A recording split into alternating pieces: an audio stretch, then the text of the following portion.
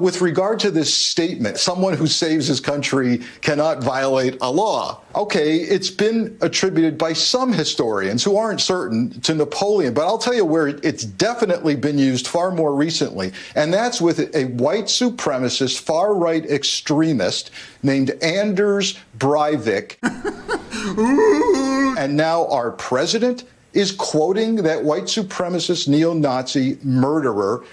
If you voted for that, you really need to question whether you're American anymore. Shut up, faggot.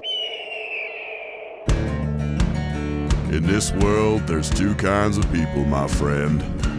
Those with loaded guns and those who dig. Broadcasting from a Montana wilderness fortress at the headwaters of the Missouri, this is Matt Christiansen Live.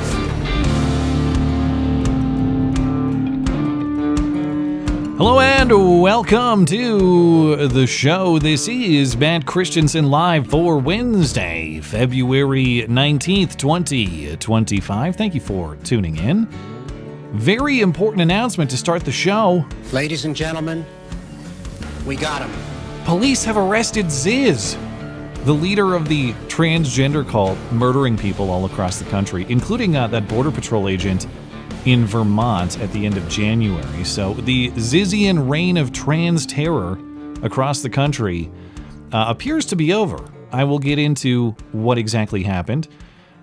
I'll also look at the latest in the Toronto plane crash. Who exactly was piloting that plane? There's a lot of speculation. Everyone wants to know. The Delta CEO, investigators, they will not say. There are some clues that invite some of that speculation. Was this plane crew unmanned? As in femininely unmanned. Only time will tell. Plus, DOGE and Elon Musk claiming there are millions of fraudulent social security numbers out there. The truth is a little more technical. It is still a problem, of course. And now there's a DOGE dividend in consideration. So should we be excited for yet another government check? No is the answer, but we'll discuss why. And then we'll get to calls in the second half of the show about an hour from now. Batman will join for that. If you'd like to call the show, we do that through the Discord server, of course. There are instructions and help available on the server, linked in the description for you. Plus, I'll take your Superchats halfway through and to end the show as well. Speaking of, hey, if you enjoy the show, please consider supporting the show. You can do that for as little as $1 a month on my website. That is mattchristiansenmedia.com or mattis.gay. Listener support is what keeps my operation running. It is, of course, hugely appreciated. Not only helps me sustain, it allows me to pay the people who help me out, too. There are perks available for your support as well. mattchristiansenmedia.com/support, linked in the description. Got to say hi to our featured listener-owned business for the evening as well, and that's our friends over at Hero Soap Company. Hero Soap has yet another fresh new scent for your sampling. Eucalyptus is refreshing and moisturizing, perfect for the daily pick-me-up. This bar soap is made with natural eucalyptus extract for a calming, aromatic cleanse. Start your day with a burst of freshness with the new eucalyptus soap from Hero Soap Company. And remember, when you subscribe, you get soap straight to your door each and every month, so you never have to remember soap at the store again. Listeners of this show get 10% off everything from Hero Soap Company, not just the new eucalyptus soap, but any other bar soap, a wide selection of liquid body washes, shampoo, conditioner, cologne, and more. Promo code MCListener for 10% off at Hero Soap Company, herosoapcompany.com. Find everything you need from our friends at Hero Soap Company, plus other great offers from the rest of our friendly listener-owned businesses like Hope Innovations, Western Razor Company, Kinney Mountain Woodsmithing, and more. mattchristiansenmedia.com/deals. Deals by listeners for listeners. And hey, remember, all month long, our friends at Hope Innovations are sponsoring the Tower of Babble Hydroponics Kit Superchat Sweepstakes. The best, or the funniest, or the most clever Superchats will be acknowledged with the special sounder. I love you. And then at the end of the month, those chatters, one of those chatters will be selected to receive a free hydroponics kit from Hope Innovations. That is a $1,000 value. So if you hear that sounder in response to your chat, I love you. that means you have been selected for entry. There's only one hitch. I need you to head on over to the giveaway page on my website, mattchristiansenmedia.com/giveaway.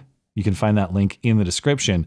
I just need you to give me an email address associated with your Superchat username because I have no way to contact you if you're the winner. YouTube doesn't let me contact you through Superchat username. Rumble doesn't let me contact you that way either. So if you are eligible to win, just need an email to contact you. You can do that through the giveaway page of my website, mattchristiansenmedia.com/giveaway, for all the information on the Tower of Babble Hydroponics Kit Super Chat sweepstakes. But moving into the news, today is February 19th, according to my clock. And that means we are now more than 7 weeks removed from the outbreak of the Palisades fire in Los Angeles. That is the most destructive fire in the history of LA, the third most destructive in the history of the state of California. And only yesterday, LA Mayor Karen Bass finally did an interview about it. Now, of course, recall right after the fire broke out, I remember watching that that moment at the airport when Frank was on the stream. Karen Bass getting off the plane from Africa, a reporter asking her, "Why haven't you been here? Why weren't you helping out? What have you been doing in Africa?" And she refused to answer any questions.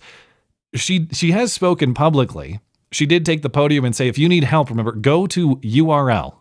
Remember, if your house burned down, go to URL, Karen Bass said. I'm sure she helped thousands, millions that way. It's a great URL. But finally, Karen Bass is sitting down to do an interview 7 weeks after the fact. Sorry, I got like a hair in my eye or something. Anyway, see if I can get it out of there. Karen Bass finally sitting down to do an interview to discuss what exactly happened or why she was in Africa or how this whole thing was bungled. She is admitting that her trip to Africa was a mistake, and she is vowing accountability. We need an investigation into everything, including why people didn't tell her to go. Why people didn't tell her not to go to Africa. Double negative. But you get what I mean. Someone should have told me not to go, but they didn't. The alleged leader of a cult. Wait a minute. Hold on. Wrong clip. This one. The mayor says LA Fire Chief Kristen Crowley did not call her to warn her in advance of the trip and didn't do the, quote, normal preparations for this kind of wind event. That type of preparation didn't happen. If that had, I will tell you, Alex, I wouldn't have even gone to San Diego, let alone leave the country. But what do you mean there were warnings you weren't aware of? Because I know we were talking about it on the news. A lot of people were talking about the problems, warning that this was going to be a huge So it didn't reach that level to me to say something terrible could happen and maybe you shouldn't have gone on the trip. Why didn't it But to happen? me, I don't know. I mean, I think that that's one of the things we need to look at. You suck, fuck you. What accountability? Well, someone should have told me not to suck so bad. I will certainly find out who that person is. Well, it's you. You should tell you not to suck so bad, since you're in charge of the city and all. But very soon, we're going to get to the bottom of what lesbian specifically is responsible for this madness and this destructive fire. First, we're going to need even more lesbians, presumably, to investigate, figure it all out. Although I looked it up. Now, the fire department lady, she's a lesbian. Karen Bass, apparently not a lesbian. The Wikipedia says that she's married to a man and has several children. So I don't, maybe that's just cover. She presents very convincingly as a lesbian, but I guess officially not. I think we have this whole scandal misunderstood, by the way, though. I think we should be very grateful that Karen Bass was in Africa during the fires. Just imagine the additional damage that could have been done if she was here to manage the situation. Anything can get much, much worse, no matter how bad it seems. When you have Karen, why didn't anyone tell me to do it better, Bass, running the operation. Karen Bass is up for re-election as LA mayor next year. It will be absolutely hilarious if she wins. Apparently not even hell itself, not even hell's fire itself will be enough to get Angelenos to stop voting Democrat. I'm going to be honest with you. I'm kind of retarded. Well, the reign of terror is apparently over. I believe all of the members of this trans murder cult called the Zizians, at least those suspected of crimes or association with crimes, now including their leader Ziz, Jack LaSota, now arrested. So I don't know if there are any more Zizians on the run, but most of them are in custody now, or a lot of them are. Now, I'm not going to go through the whole story and history of the Zizians, this transgender murder cult, again, because I did that just a week or two ago. But recall this group of transgender vegan philosophers that you're looking at here with their mugshots. Now, that one mugshot on the right is very bizarre. There is an explanation for what we're looking at there. I'll get to that momentarily. But the Zizians are this group of transgender vegan philosophers murdering people all across the country. A couple very recently, the parents of this weird-looking person on the right there murdered a couple of years ago. This has been ongoing for a little while now. And this is the group that is responsible for the murder of that Border Patrol agent in Vermont at the end of January. Well, the leader, Ziz, Jack LaSota, you can see on the left there, and his associates, Michelle Zajko, who's on the right there, and Daniel Blank is a third party who was arrested. They were all arrested in Maryland on Sunday. And mostly national media have been very quiet about this story. But NBC did run a story about what's happening here and about these arrests. Now, there are a few details about the arrest specifically, but there's a pretty good recap of the story so far, though notice which detail about the members of the group are all but absent from this report. The alleged leader of a cult-like group linked to a string of killings from coast to coast, in custody, held without bail. Prosecutors say Jack LaSota, also known as Ziz, leads the Zizians, a fringe group of young, tech-savvy vegans who share an obsession with the dangers of artificial intelligence. 34-year-old LaSota was arrested in Maryland on Sunday, alongside Michelle Zajko, 32, and Daniel Blank, 26, and charged with trespassing, possessing a handgun in a vehicle, and other crimes. LaSota and her associates eventually moved to the Bay Area, onto 80-year-old Kurt Lind's property in Vallejo. As relations with Lind soured, things got strange. Lind was attacked with a samurai sword, saved by his neighbor. You can see where he got his hand on the door when he's banging on the door. And he was sitting there and he says, "I'm dying." One of them was shot and killed by Lind in self-defense. On New Year's Eve 2022, Rita and Richard Zajko, the parents of Michelle, who was arrested on Sunday, were shot and killed in their Philadelphia home. In January of this year, a follower of LaSota, a transgender woman named Ophelia Bauchholt, died in a shootout with Border Patrol agent David Mayland, who was also killed. Days later, that landlord, Kurt Lind, was also killed, just months before the stabbing case was set to go to trial. Maximilian Snyder has been charged with the murder. Snyder once sought a marriage license with Teresa Youngblood, a passenger in the car during that Border Patrol shootout. Okay, that's a lot to keep track of, but these trannies have been killing people a lot lately over the last year or two. But yeah, you'll notice that's all they are. They're just young, tech-savvy vegans. Well, is there anything else notable about Jack here and his associates? That ain't no woman. It's a man. I'm not clear why they only mentioned the guy who shot the Border Patrol agent and killed him as transgender. They refer to Jack as a woman throughout and use female pronouns throughout. But pretty much all of them are transgender in some form, including the apparent woman in this hilarious mugshot that you see there. So that is the actual mugshot of Michelle Zajko from the arrest over the weekend. Again, Sunday in Maryland. Now, I didn't know, does Michelle mean like a man who became Michelle? Or does that mean a female who's named Michelle? The photo really offers no clarification. I think there's another photo in here that's just as androgynous, or maybe it's the one that Andy No has here. That is very hard to tell. I need more information to determine if that's an authentic Michelle or a fake Michelle. But according to Andy No, Zajko is in fact a biological female who shaved her head in this instance to avoid police, but still a tranny, identifies as trans non-binary.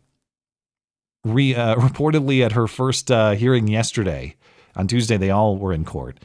She said repeatedly, "I'm not a man," after she was misgendered by her public defender. Remember, Zajko is the one whose parents were murdered in Pennsylvania. I'm not sure if the parents are pictured in this story, but parents were murdered in Pennsylvania in 2022. Zajko was a person of interest, never named as a suspect, potentially involved, but charges were never brought. And Zajko is also the one who brought the guns, or actually purchased the guns for those trannies in Vermont that they used to shoot that border agent. All right, so how did this arrest actually happen? Well, we don't have a lot of detail. We have some, though, courtesy of the San Francisco Chronicle, getting some police documents here. And according to the San Francisco Chronicle reviewing those documents, Ziz and his two companions were arrested in Maryland on Sunday night, but it was on suspicion of misdemeanor trespassing and obstruction. So Lasota, who is Ziz, and Zajko, they have these pre-existing gun charges because they've been handing out guns in illegal ways, apparently, or carrying guns in illegal ways, or handling firearms in ways they shouldn't be.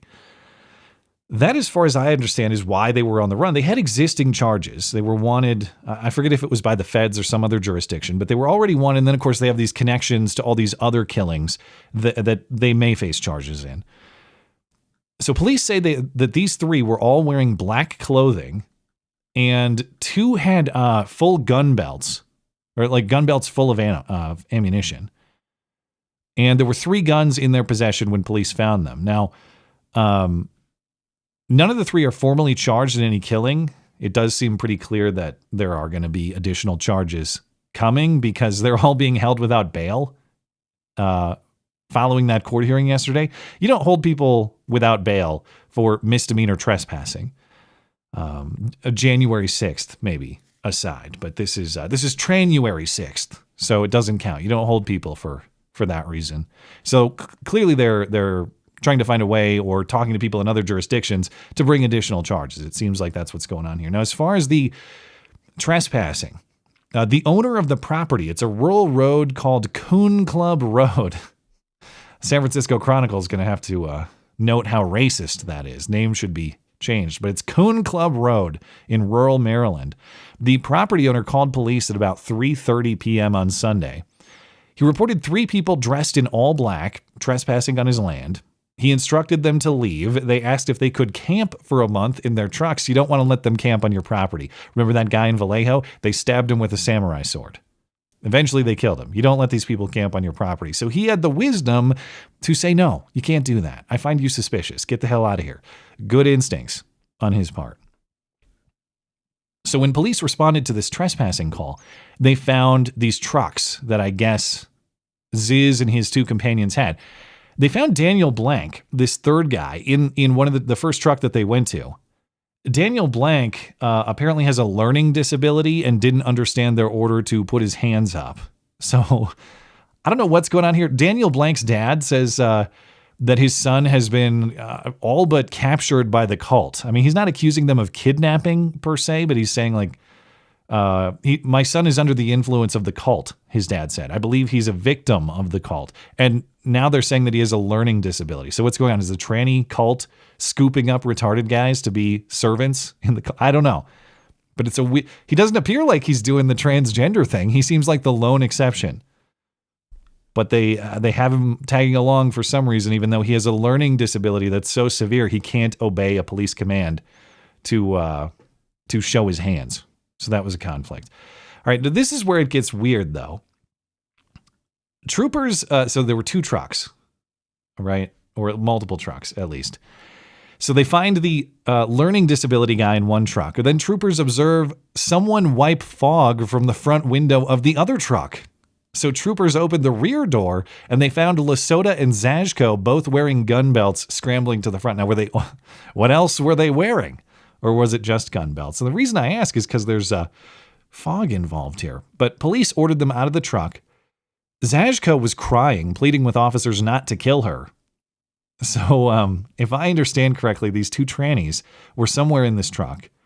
And for whatever reason, things were so steamy that they had to wipe fog off the window like Titanic style. So I don't know what was going on in there. That's disgusting. As far as this bizarre mugshot of Zajko, this one that looks like she's rolling her eyes back, or maybe that's a scene from the truck. I have no idea what's going on there. No, it's the actual mugshot of this person. You scroll all the way to the bottom of the story, and there, I guess, is a reason for that. Police are saying the mugshot photo for Zajko resembles a prior mugshot of Ziz when he was arrested in Pennsylvania. Police then said that Ziz appeared to be playing dead in this mugshot. And of course, he faked his own death prior. In fact, his own lawyer thought he died and they ran an obituary in the paper. So this like faking your death, playing dead thing is something that these people do. It sounds like that's what Zajko is doing in this case, playing dead for some reason. So I will continue to chronicle the story of the Zizians as we get more information. But I would expect, I would expect the next news to be more serious charges, I suppose. Ziz and his two friends in this incident. Maybe we'll get more clarity in what exactly their involvement in all these killings was and what the reason for all of it was, other than, I don't know, insane tranny nonsense. Maybe there is no reason. But in other criminal news that has absolutely nothing to do with transgenderism at all, it's purely coincidental. In New York City, a Colombian migrant transgender guy is accused of stalking and raping a 14-year-old boy in Manhattan this week. Nicole Suarez is the name of this person. And but my wife nicknamed this person Tranet Jackson. That's a much better name. Tranet Jackson. Oh my God, that is funny! Now, obviously, Tranet Jackson looks a lot more like Michael than Janet, but I'll allow it. Definitely don't want a wardrobe malfunction from Tranet Jackson. Or maybe that's the defense for Tranet Jackson. No, it wasn't a rape. It was just a wardrobe malfunction. But it was with a young teenager. So Tranet Jackson has some splaining to do, for sure. Now, reportedly, Tranet followed this 14-year-old boy into the bathroom at a bodega in East Harlem and then attacked him, according to this reporting in the New York Post. And I guess attacked is a very polite way to describe it, because you scroll down a little bit more, and in the story, Suarez, who is apparently some sort of illegal immigrant from Colombia, arrested the following day, charged with first-degree rape. So that's the particular type of attack. But followed the kid into this bathroom. The boy then fled, flagged down witnesses, and alerted police. And that's how police eventually tracked down this person. Now, of course, the best part is ICE already had a detainer on him from previous crimes in New Jersey and Massachusetts. I assume those jurisdictions let this person go for whatever reason, and this person is now trying to rape, or I guess successfully raping, because the charge is not attempted rape, it is first-degree rape. Sexually assaulting, raping, whatever, teenage boys in the bathroom in New York. And if I'm reading this correctly, Tranet Jackson isn't even necessarily being held now. I think he's at Rikers Island prison currently, but he is at least eligible for release. Prosecutors asked for a $500,000 bail or $1.5 million bond, and the judge on the case reduced the amounts to $100,000 bail or $250,000 bond. So theoretically, could be out and attacking people once more. But yeah, still at Rikers Island prison for the moment, it sounds like. All right.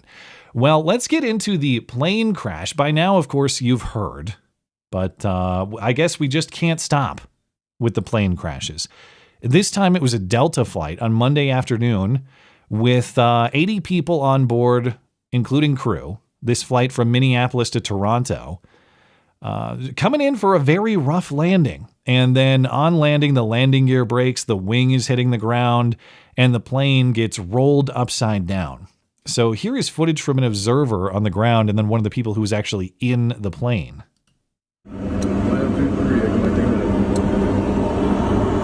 Oh, fuck. Oh, fuck.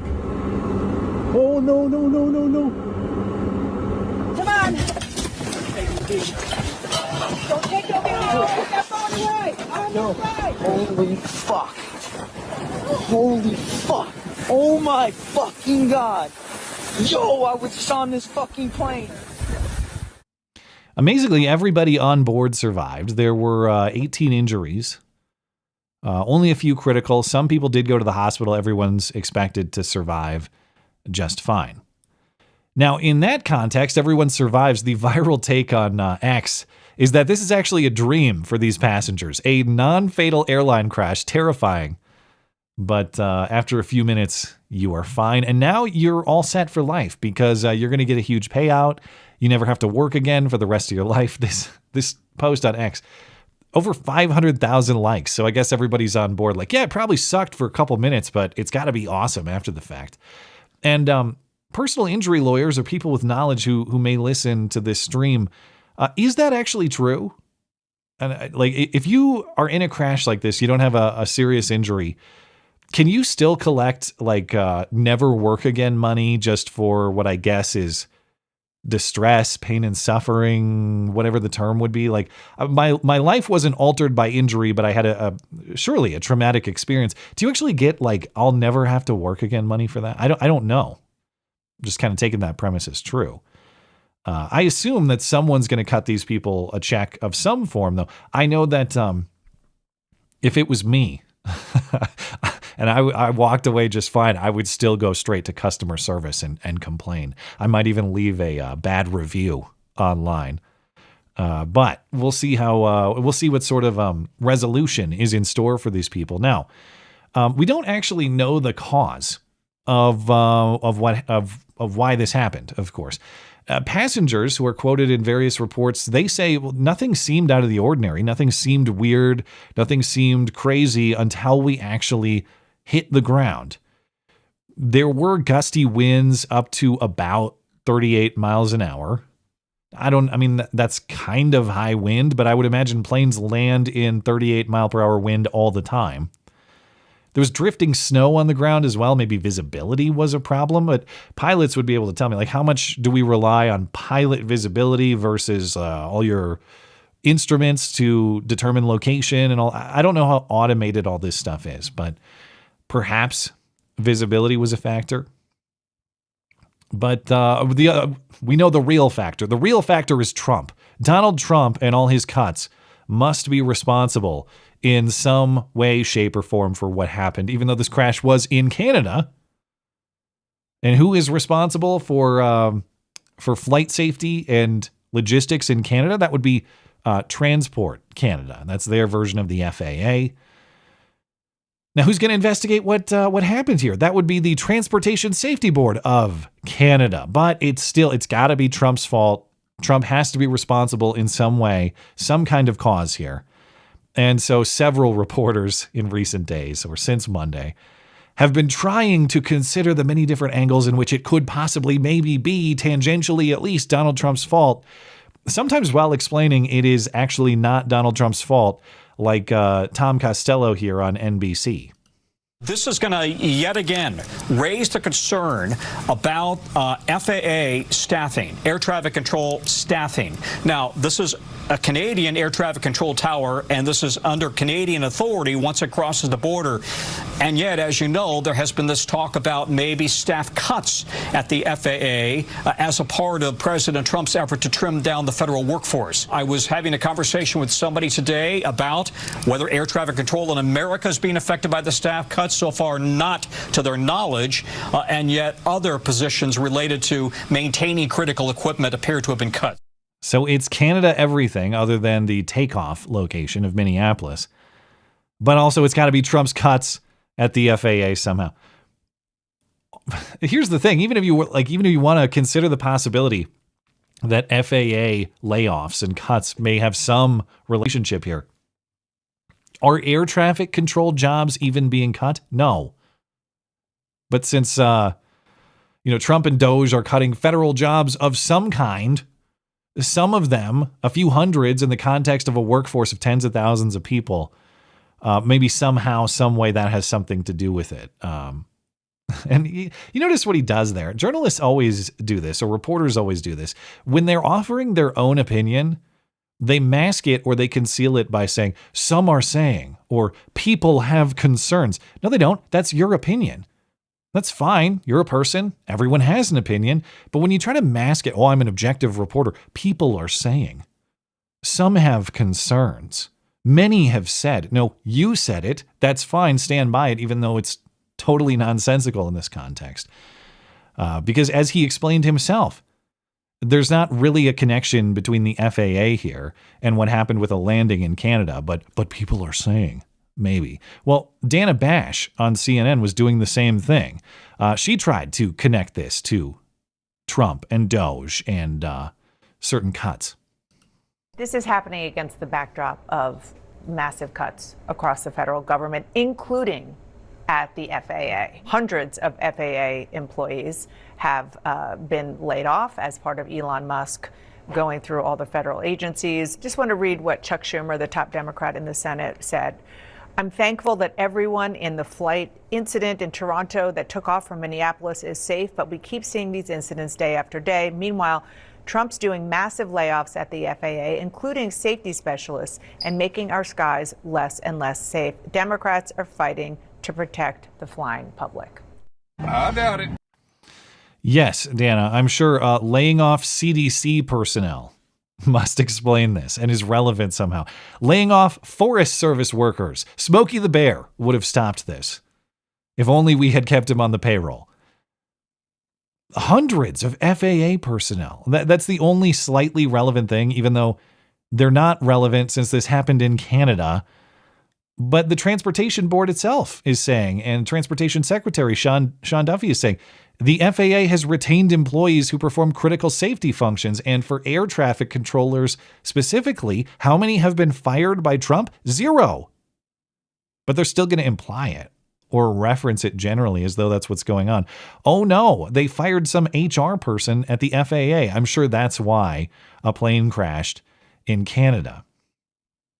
Now this was a Delta flight, and Delta CEO Ed Bastian was on CBS this morning discussing the crash, and Gayle King, the host over there, she did the same thing, trying to tee him up. Hey, do you think all these Trump FAA cuts caused the crash or are creating some kind of danger? And then he had to give her the let down answer. The Trump administration recently fired many employees of the FAA administration. Do those cuts worry you, and do you think that impacts the safety? I know you just said it's the safest way to travel, but after looking at all these mishaps, a lot of people are very nervous. Do these cuts affect you? The cuts do not affect us, Gail. I've been in close communication with the Secretary of Transportation. I understand that the cuts at this time are something that are raising questions, but the reality is there's over 50,000 people that work at the FAA, and the cuts, I understand, were 300 people, and they were in non-critical safety functions. Are you sure, though? Are you sure it wasn't Trump? Come on. Maybe Elon Musk? Could you consider that? All right, so if it wasn't Trump's cuts, if it wasn't DOGE, what actually caused the crash? Well, the Delta CEO here, he's not going to say anything about that. As part of this same interview, he said, ongoing investigation, can't really say anything specific. I can't provide any details, Chris. It's an ongoing investigation, as you are aware. Other than, we've all seen the media, we've all seen the videos. That's about as much detail as we can look at and talk about at this moment. Now, I'm not even saying that's odd or unusual. Whenever there's an investigation like this, you usually don't go around spreading incomplete information until the investigation is complete. So I'm not saying for sure that they're hiding something, but that situation does, of course, invite speculation. And you don't really even have to speculate that hard. You can kind of look at the public priorities of some of the companies involved. Specifically, you can look at Endeavor Air. Now, Endeavor Air is a regional airline that was actually operating this flight. So it's a Delta flight operated by Endeavor Air. And Endeavor Air is very proud to promote its all-female crews. So here is a collection of some of Endeavor Air's recent TikTok posts collected by Libs of TikTok. Girls, come on. Leave the saving the world to the men? I don't think so. Lift that sky, young bad girls, do it well. No, we ain't giving no hope. I ain't Romeo and I'll hold. Hold, making a party, chocolate Barbie waiting on me for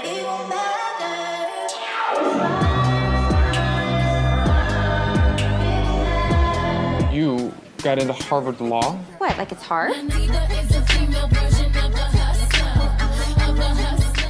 I hate you all. Die, die, die. Live fast, die young. You heard that in there. They almost did. Live fast, die young. That was, I guess it's some sort of motto at Endeavor Air. And maybe they're getting pretty close to realizing it. Now, you notice in the montage there that they pride themselves on what they call unmanned flights, as in no men running the flight. And if a crew like this was actually on the plane, and I don't know, again, people are wondering, they're speculating, I'm not making the claim that they're there. But if you ask me, would you like any of the crews depicted in those videos from TikTok, or would you like an actual unmanned aircraft, like maybe run by AI or a robot, or maybe just nobody, maybe just coasting through the air without anybody controlling the aircraft? Give me the unmanned aircraft, like nobody. I'll take completely absent pilot over what I've just witnessed, if I have the choice. Now, Delta CEO Ed Bastian, he did offer one piece of information in that interview. He said that the crew on the plane was experienced. Offered really nothing more. But this is not a crew that it's their first flight or something like that. But that actually might make it worse. Because if you are experienced in flying aircraft and you still land it that way, not good. You need more experience, apparently. Or maybe there is no amount of experience that will make you successful in your efforts. But again, to emphasize, this is all speculation at this point. As of now, we have no idea what crew was flying that plane, what caused the crash. I think the information on the pilot is supposed to come out very soon, though, right along with the motive for the Las Vegas shooter and the full Nashville transgender school shooting manifesto. So sit tight. We'll get all this information very soon. But moving into, more DOGE topics. Late on Sunday night, Elon Musk, as part of his ongoing DOGE efforts, he posted on X that his team has uncovered the biggest fraud in history. He said that they have found more than 20 million people listed in the Social Security database who are over 100 years old and not marked as dead. And Musk joked that maybe Twilight is real and vampires are collecting Social Security. Now, Musk added that there are also far more eligible Social Security numbers than there are citizens in the United States. And then Trump came out and repeated some of those numbers.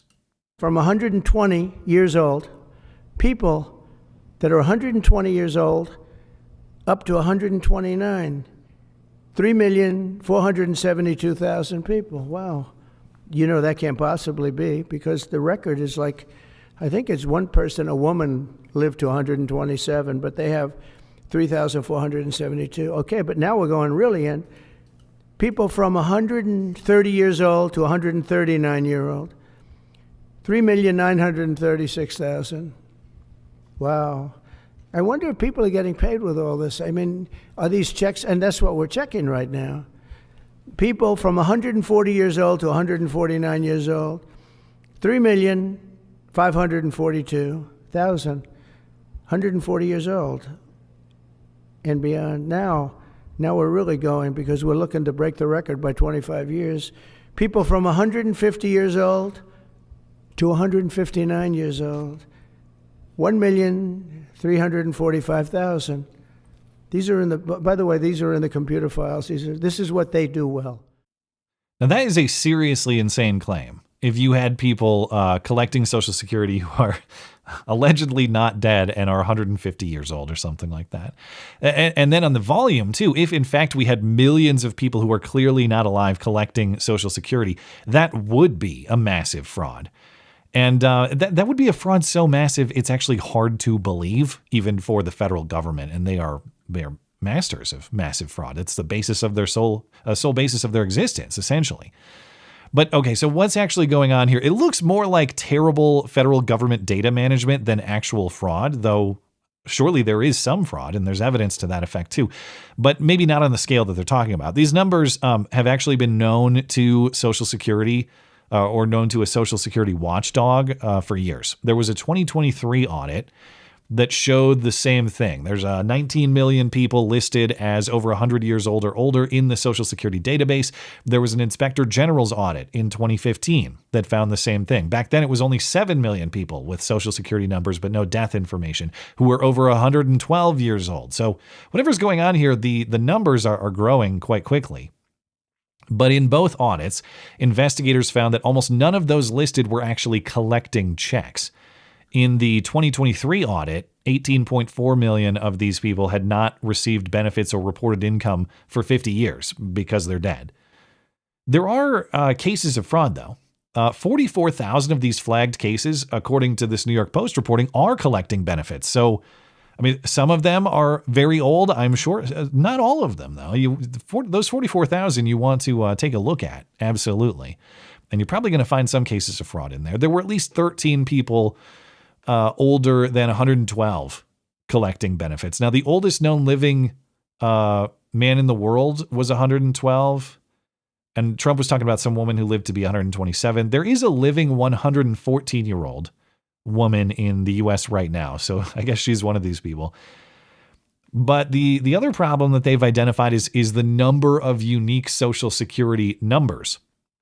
There are currently 531 million unique Social Security numbers in circulation. That, of course, is way more than the U.S. population. It's closer to double the U.S. population. And thousands of those numbers may be in use to commit identity fraud and collect certain benefits that way, or just gain whatever it is you're looking to gain through the theft of identity. There's a Cato Institute vice president quoted in this story that says, well, a lot of these numbers of these people who are over 100 years old but not dead, apparently, they're actually illegal immigrants who have purchased these Social Security numbers on the black market as a means to gain employment. So, according to this analyst, I'm not sure I buy this piece of analysis, but this is what he's saying. They actually just use the Social Security numbers to gain employment, and then they pay taxes in, but they don't collect out. Well, okay. I doubt it. But that is the claim that he's making. He says if we mark these people as dead and take them out of the Social Security system, you're actually going to bring less revenue to Social Security because all these illegal immigrants who bought these fancy black market Social Security numbers are not going to be paying in anymore. And so Social Security will have financial problems. Yes, that is what's keeping it sustainable. Illegal immigrants paying taxes and not collecting benefits. What will happen to the stability of Social Security if we delete these ineligible numbers and illegal immigrants can't pay taxes anymore? Of course, the reality is whether the illegals are paying taxes or not, the whole thing is unsustainable and needs to be dismantled. But that is what this particular person quoted in the story is saying. Another factor explaining the large number, again, 531 million or so Social Security numbers in circulation, when people are victims of fraud, they are often issued a new, clean Social Security number. So that could explain a big chunk of those that large volume of Social Security numbers as well. Now, even if all of this is true and the actual fraudulent Social Security collection, as in people who have falsely used a Social Security number to collect Social Security benefits, to get a check, even if that is rare, clearly, government data are not being maintained particularly well here. Part of eliminating government waste and fraud and making things efficient is making that fraud harder to commit. So marking people as dead, you would think, would be a pretty basic function to safeguard against fraudulent collection of Social Security benefits.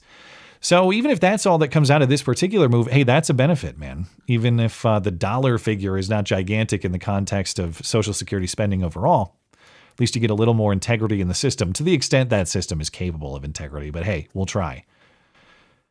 And then in other DOGE news, there's a new proposal for what's called the DOGE Dividend, as in a government check for you based on all the DOGE savings.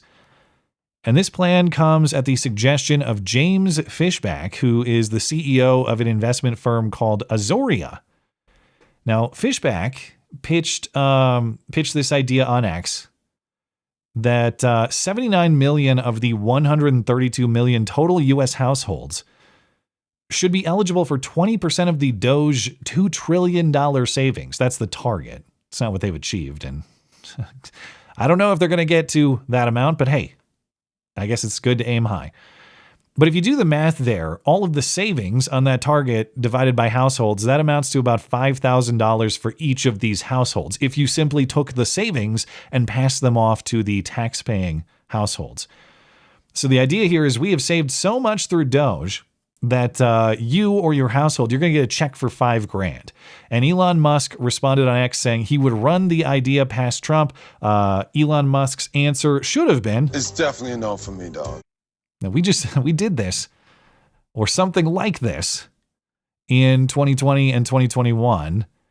And is anyone actually thankful for their stimulus checks? Now, I know some might dispute the characterization of the DOGE dividend as a stimulus check, but functionally, they are the same thing. Anyone remember that deal? How great it was? Yeah, you got your $2,500 or your $3,000 in checks from the government, whatever it was. And what happened? Your cost of living through inflation went up on average something like $8,000 a year. So it was a very bad deal. We got the short end of that one. And people are, I guess, eager for the exact same thing. Do you really want an even bigger check to double down and try it again? Oh, but it's savings. It's my money. This is just savings from a reduction in government spending. Okay, the government already operates at a massive deficit. In fact, the government hasn't had a budget surplus since 2001. Okay. And if you look at the current federal budget deficit, well, wow, it's right about $2 trillion, $1.83 trillion. But that's annually. Okay. We're not talking debt, which is like $30+ trillion. We're talking about the difference between how much the federal government spends per year versus how much money they've taken in. And just that difference there on an annual basis, 1 year, is almost $2 trillion. So if you want to take the money and just hand it over to people, we're actually, whatever the savings might be, okay, the money is not there to actually fund this without the government once again printing, creating funny money, creating supposed value out of thin air. It's not savings. It is just the government once again supposedly creating value where it doesn't exist. And when the government creates this funny money and cuts you a check, that's how you get inflation. It's more dollars chasing the same amount of stuff. We're not actually making more stuff. It's just everybody has more money in their pockets. And that means what? The price of stuff is going to go up. Besides, you can't do this without Congress anyway. You're not going to get a checks cut without Congress writing a law to that effect. And if Congress is going to go work on this issue, and of course, I think, generally speaking, we all support the idea of making reducing government spending, easing the burden on the taxpayer, all of that. But if you want to get more money in the taxpayer's pocket, the way that you do that is just by reducing the tax burden. Why do we have to, speaking of government efficiency, Department of Government Efficiency, how about we keep it more efficient by just not taking all of our money in the first place? We don't need an IRS middleman where I give him thousands of dollars throughout the year and then he gives me thousands of dollars back. You want efficiency? How about we get rid of that guy? We don't pay him a salary and everybody just keeps their money. That would be the efficient way to do this. And I know that's easier said than done. You got to get Congress to change tax law and all that. Yeah, I mean, but if you want the DOGE dividend, you need Congress anyway. So if we're serious about this, that's the way to attack it, is just by reducing the tax burden overall. And of course, given our debt and our deficit situation, that has to be paired with massive spending cuts too. But of course, they're already working on that piece. But the other problem with this DOGE dividend, this distribution scheme, everybody gets a check for $5,000. Okay, that's simple. And maybe you think the simplicity is attractive, but it actually makes no sense. Many people pay tens of thousands of dollars in federal income tax each year because they're very productive, make a lot of money, pay a lot of federal income tax. Many people pay no federal income tax at all for various reasons. I'm not going to say they're not productive, but just circumstantially. You have these deductions. Maybe you didn't work as much last year, whatever. You didn't have income taxes. There are many reasons why. It's not just because you're lazy, though many people are. But why would we give the tax savings out equally to both people in that hypothetical? The refund, if we're going to do it, should be proportional to what you actually paid in. Why are you entitled to the savings equally, at least, if you didn't pay as much into the spending in the first place? And that's another reason this idea doesn't really make sense. Now, if you want tax relief, and reasonable people do, again, the proper answer, just lower the tax burden, or, hey, delete the IRS entirely. Delete the income tax entirely. I know Donald Trump has talked about that, and maybe replacing it with a tariff scheme or something like that. We did that. We ran the country that way prior to the passage of the 16th Amendment and the creation of the income tax and all that. But the income tax was a mistake. Not just because the federal government operated just fine before we did it, but it's a mistake in moral terms. It is not moral to create taxes that people have no way to opt out of. Now, if taxes are a necessary evil, you have to raise funds somehow. All right.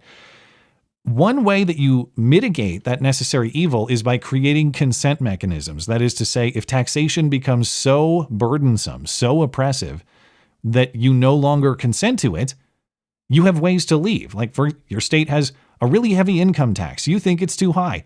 Move over to the other state, the state with greener pastures, and avoid it.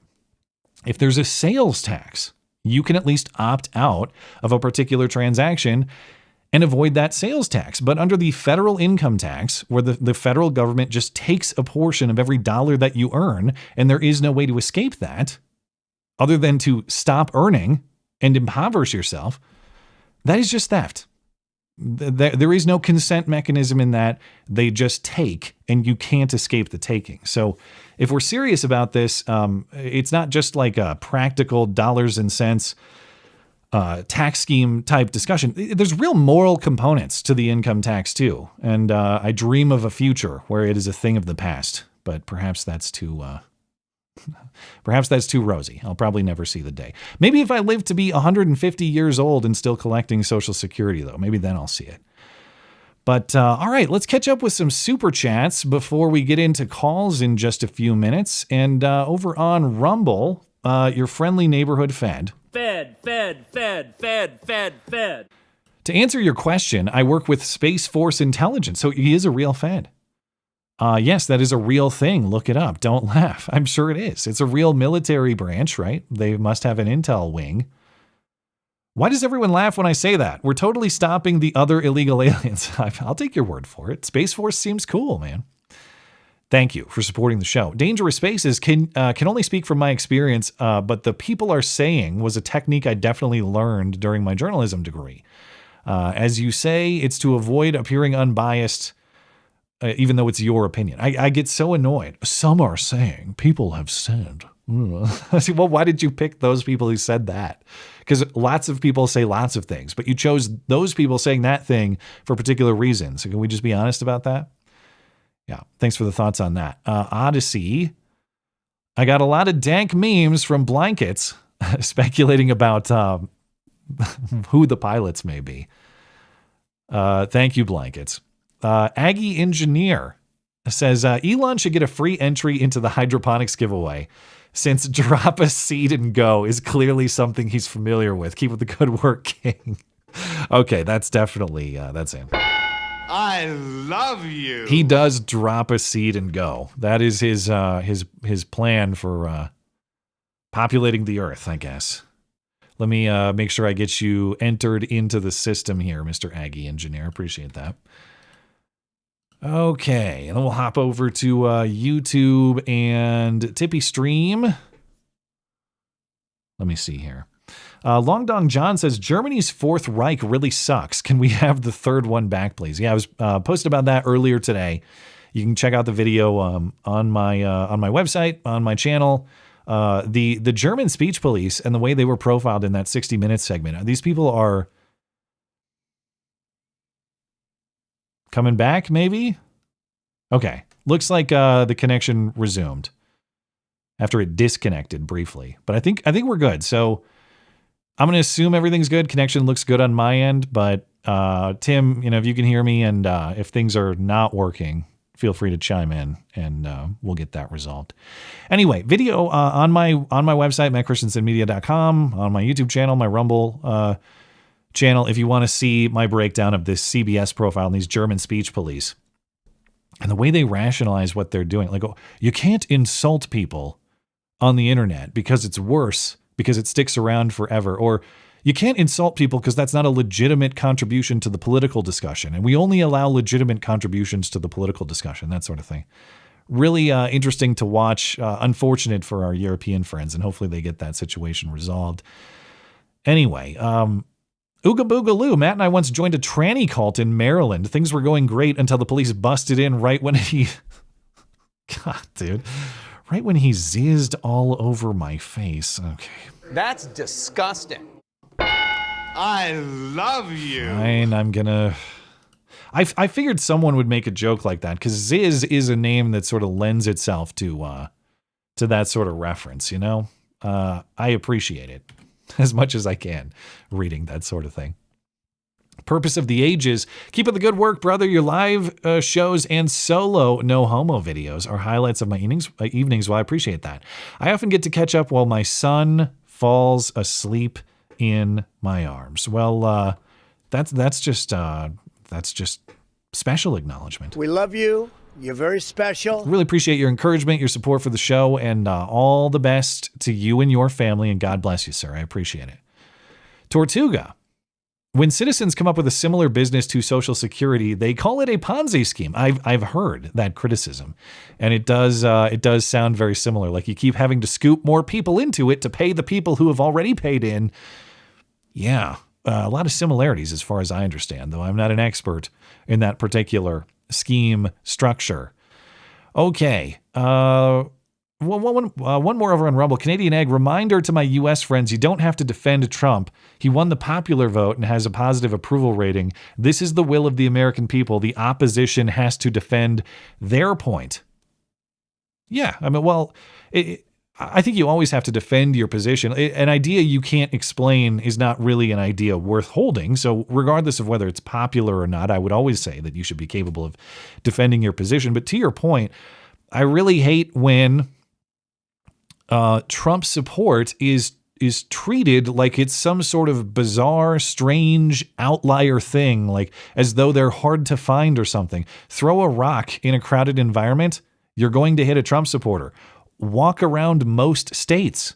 There's a better than 50-50 chance that, well, maybe not, because not everyone votes, but among people who did vote, there's a better than 50-50 chance in most states that person voted Trump. These are your neighbors. These are your friends. These are your family members. Maybe they don't talk about it all the time, but Trump supporters are everywhere. I feel the same thing about guns, too, where people act like it's such a weird, strange thing to carry a gun. Oh, he carries a gun. Or yeah, if you had any idea how many guns are around you in public places at any point in time, you might be shocked. But there are, and guess what? They're not shooting people. They're defending people. They're prepared to defend people in a bad situation. So, yeah, obvious main point there. Defending yourself, I think, is fine, or knowing why you hold the opinions that you do is fine. It's just you shouldn't be ostracized or treated as some kind of weirdo, because you're not. Absolutely, to the point that you're making, Mr. Canadian Egg. Okay, I got to take a little bit of a break. I got to grab our friend Batman, and then I'll be right back and get into your calls.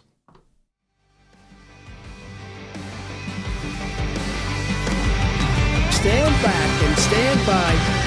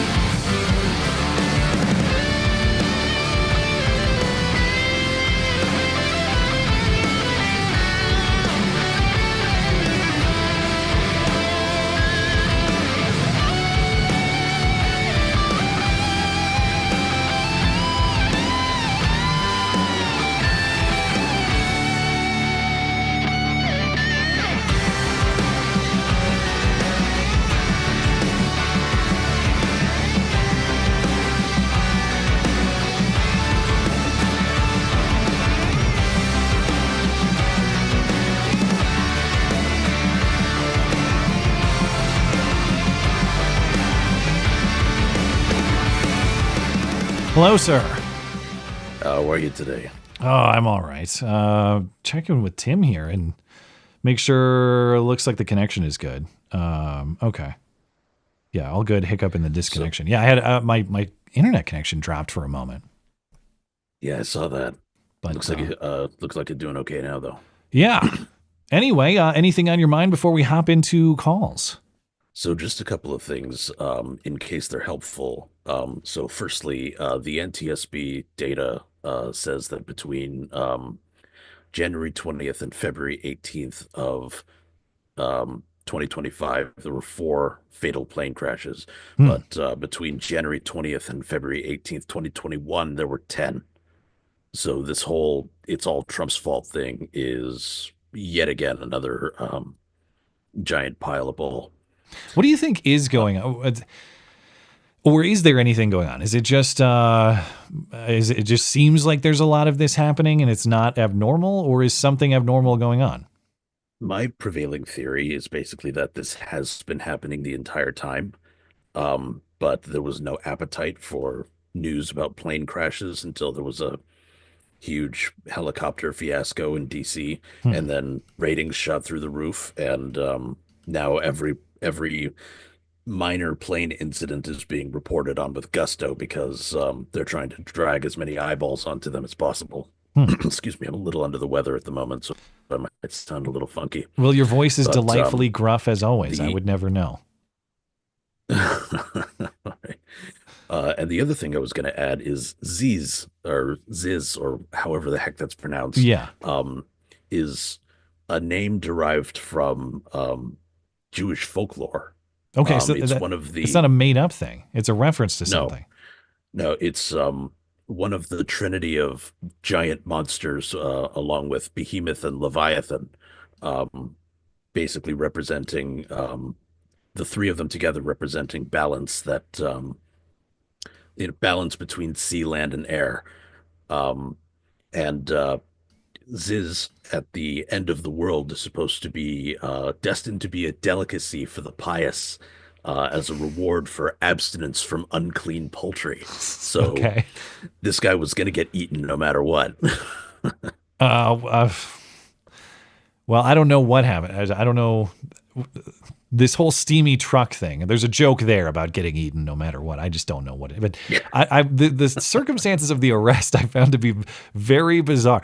They didn't know who was in the truck until they saw the hand wiping away the fog, and something strange went down in there. But all right, let's see what our callers have to say. Tom, you're up first. Are you there? Yes, I am. What's on your mind, sir? Oh, hey, gentlemen. How's the weather up there at the headwaters of the Missouri? Still cold and snowy. So yeah, one of the snowiest winters we've had in town here for a long time. Yeah. Anyway, I wanted to agree with you on the DOGE dividend. There's no way that they should. I mean, I can see the popularity of giving people the dividend. That's going to make him very popular, but it's the wrong thing to do economically. Economically, we need to just say, this isn't savings. This is money that shouldn't have been spent in the first place.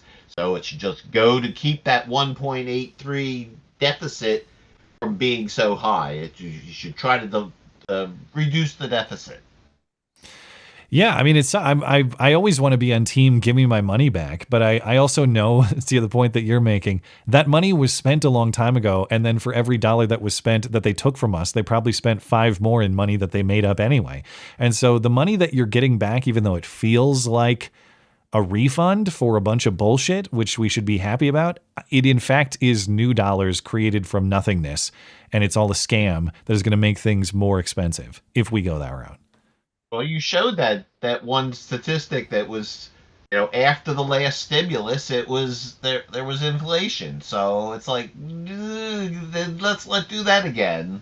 I don't think this is going to happen. I think it's probably just, a guy proposing it and Elon Musk being like, oh yeah, cool. I would be shocked if there was real political momentum behind it. Well, that's we did it multiple times already, so why not again? We did it under Trump before too, and I know it was a different situation with COVID and everybody was worried about the government was shutting stuff down at the time. Right. And People were not working and were not getting paid. That was different. This is the bonus. This is this is extra. Yeah. This is gravy. And I say that, of course, not to defend the approach last time around. It was always idiotic. And it was double idiotic in that situation because you're simultaneously reducing production and spending more money, which means there's way more money chasing far fewer products because less stuff is being made. At least in this case, we've got a productivity uninhibited, I suppose. Right. So maybe it wouldn't be as. Yes, yeah. But it's still not a good idea. Not looking forward to the next toilet paper shortage. I never got that part. I never. I don't know. I guess I kind of hoard toilet paper already. By that I mean, anybody out there also buy the Costco pack of toilet paper? You buy that, and we are a household with many butts to wipe. Okay, and that still lasts a very long time. That Costco pack. That was a mental image I did not need. But. I'm just saying, it doesn't matter how big your family is, how young your kids are. That and the Costco wipes too, which if you're not buying those for your little one, they get like 900 in that box. Pretty much never run out. Actually got kind of lucky. Both my wife's coworkers and mine both threw us separate baby showers, so we're still rolling in the wipes that were just given to us. Legit, we're 2 months in. We haven't had to go out and buy wipes yet. And I remember that experience. And sometimes people get you the like bougie ones, like the honest ones, the the ones that aren't Walmart or Costco like I buy. They're like the upscale, and you're like, oh, you're lucky, kid. But it's not going to be this way forever because pretty soon, hand woven by 8-year-old slaves in China. Yeah. Anyway, not to get too far off topic, Tom, but did you have additional thoughts? I was going to say about all these people that are the employees that are getting laid off. A lot of them act like they deserve their jobs, and anytime we can reduce the number of employees in the federal government, the better. That's all savings. That's all overhead that we have to pay to have our government run. So the less of that we have, I think, the better. Yeah, it's very hard for me, to have a tier beyond like, everybody else's job is theoretically deletable at a moment's notice too. And you have to plan for that. I get it. Getting fired sucks. I'm sorry to hear that. But especially when you are paid off of the taxpayer's back, right. There has to be double justification for your job. And I'm sorry if you're the guy that got the axe and you're in a financial spot in your household or whatever, but that's why everyone has to plan for a rainy day. And if you're a federal employee who never once planned for a rainy day, I'm sorry, that's kind of on you. Everybody has to do that. Private sector worker, public sector worker, whoever you are. And most of these are jobs that never should have existed anyway. Right. So this isn't like some sort of injustice. It's the opposite. It's rectifying a problem that was created. And if you're taking these jobs that don't matter, and you're putting shrimp on treadmills or some shit, then is that a real one or is that one you made up? I never know. No, I actually think that was a legit one. That was some kind of study that a whole bunch of money went to because big government is retarded. So where was I going with this? If you're taking this job and thinking to yourself, yes, the taxpayer will pay me to put shrimp on treadmills or whatever you want, you are part of the problem. And I know that one of the things that it's attractive about a federal government job in particular is, one, the pay on average. And I know not all jobs are exactly the same, but overall the pay on average tends to be higher. And then two, the benefits and the job security. And if you're paid more than other workers, your benefits are better, especially in that situation. You have to plan for a rainy day. It's like, well, this is a pretty sweet gravy train, but gravy trains do stop eventually. So I need to think about that. Yeah. Anyway, taxpayers do not owe federal workers jobs into eternity.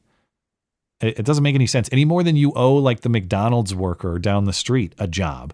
Now, if he gives you an awesome hamburger or gives your kid a great Happy Meal, yeah, awesome.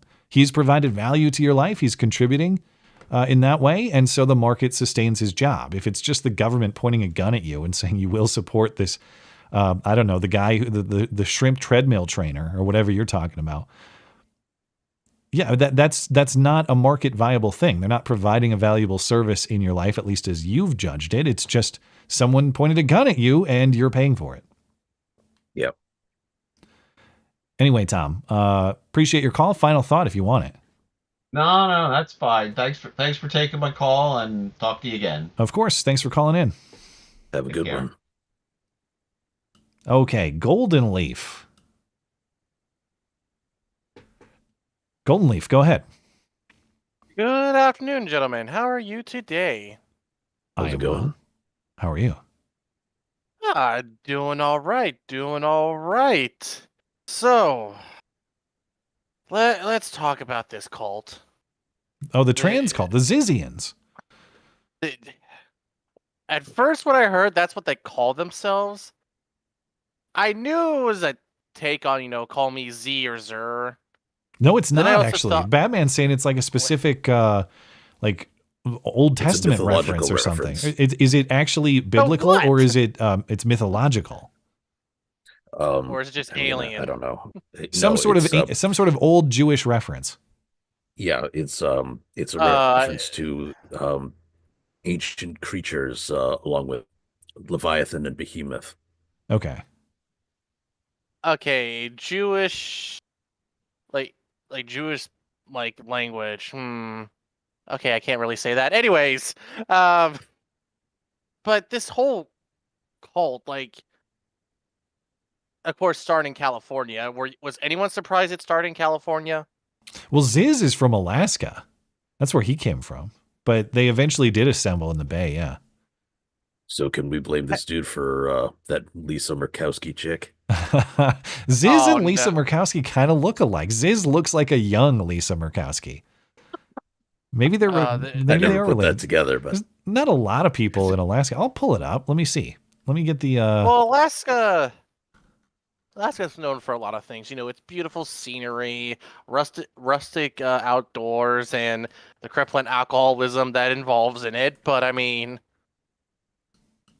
yeah, is that all that they have? They have more to offer than that. There's a lot of stuff going on in Alaska. Yes, they do. It's just that's one of the main problems in Alaska is if you're stuck in your house or the sun doesn't come up for most of the year, you kind of have to turn to the bottle sometimes. Well, I hadn't thought of that. Yeah, at that latitude, way up north, the days are probably insanely short. Even if you're down south in isn't Anchorage kind of in the southern coast of Alaska or like Ketchikan and those places? Yeah, it's in the southern coast. Yeah. Okay, I'm going to bring this up here. I read there was a spot in northern Alaska. I think it was back in maybe late November or something like that, where the sun set and then it didn't rise again until the middle of January. Yeah, I could believe that. Now, you don't know how much you miss the sun until you no longer have it.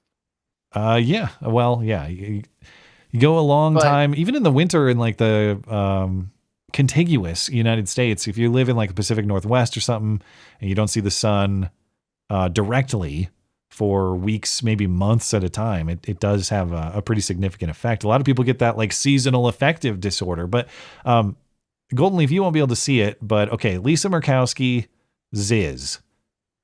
Lisa Murkowski, Ziz. Do you think that's like a reasonable resemblance?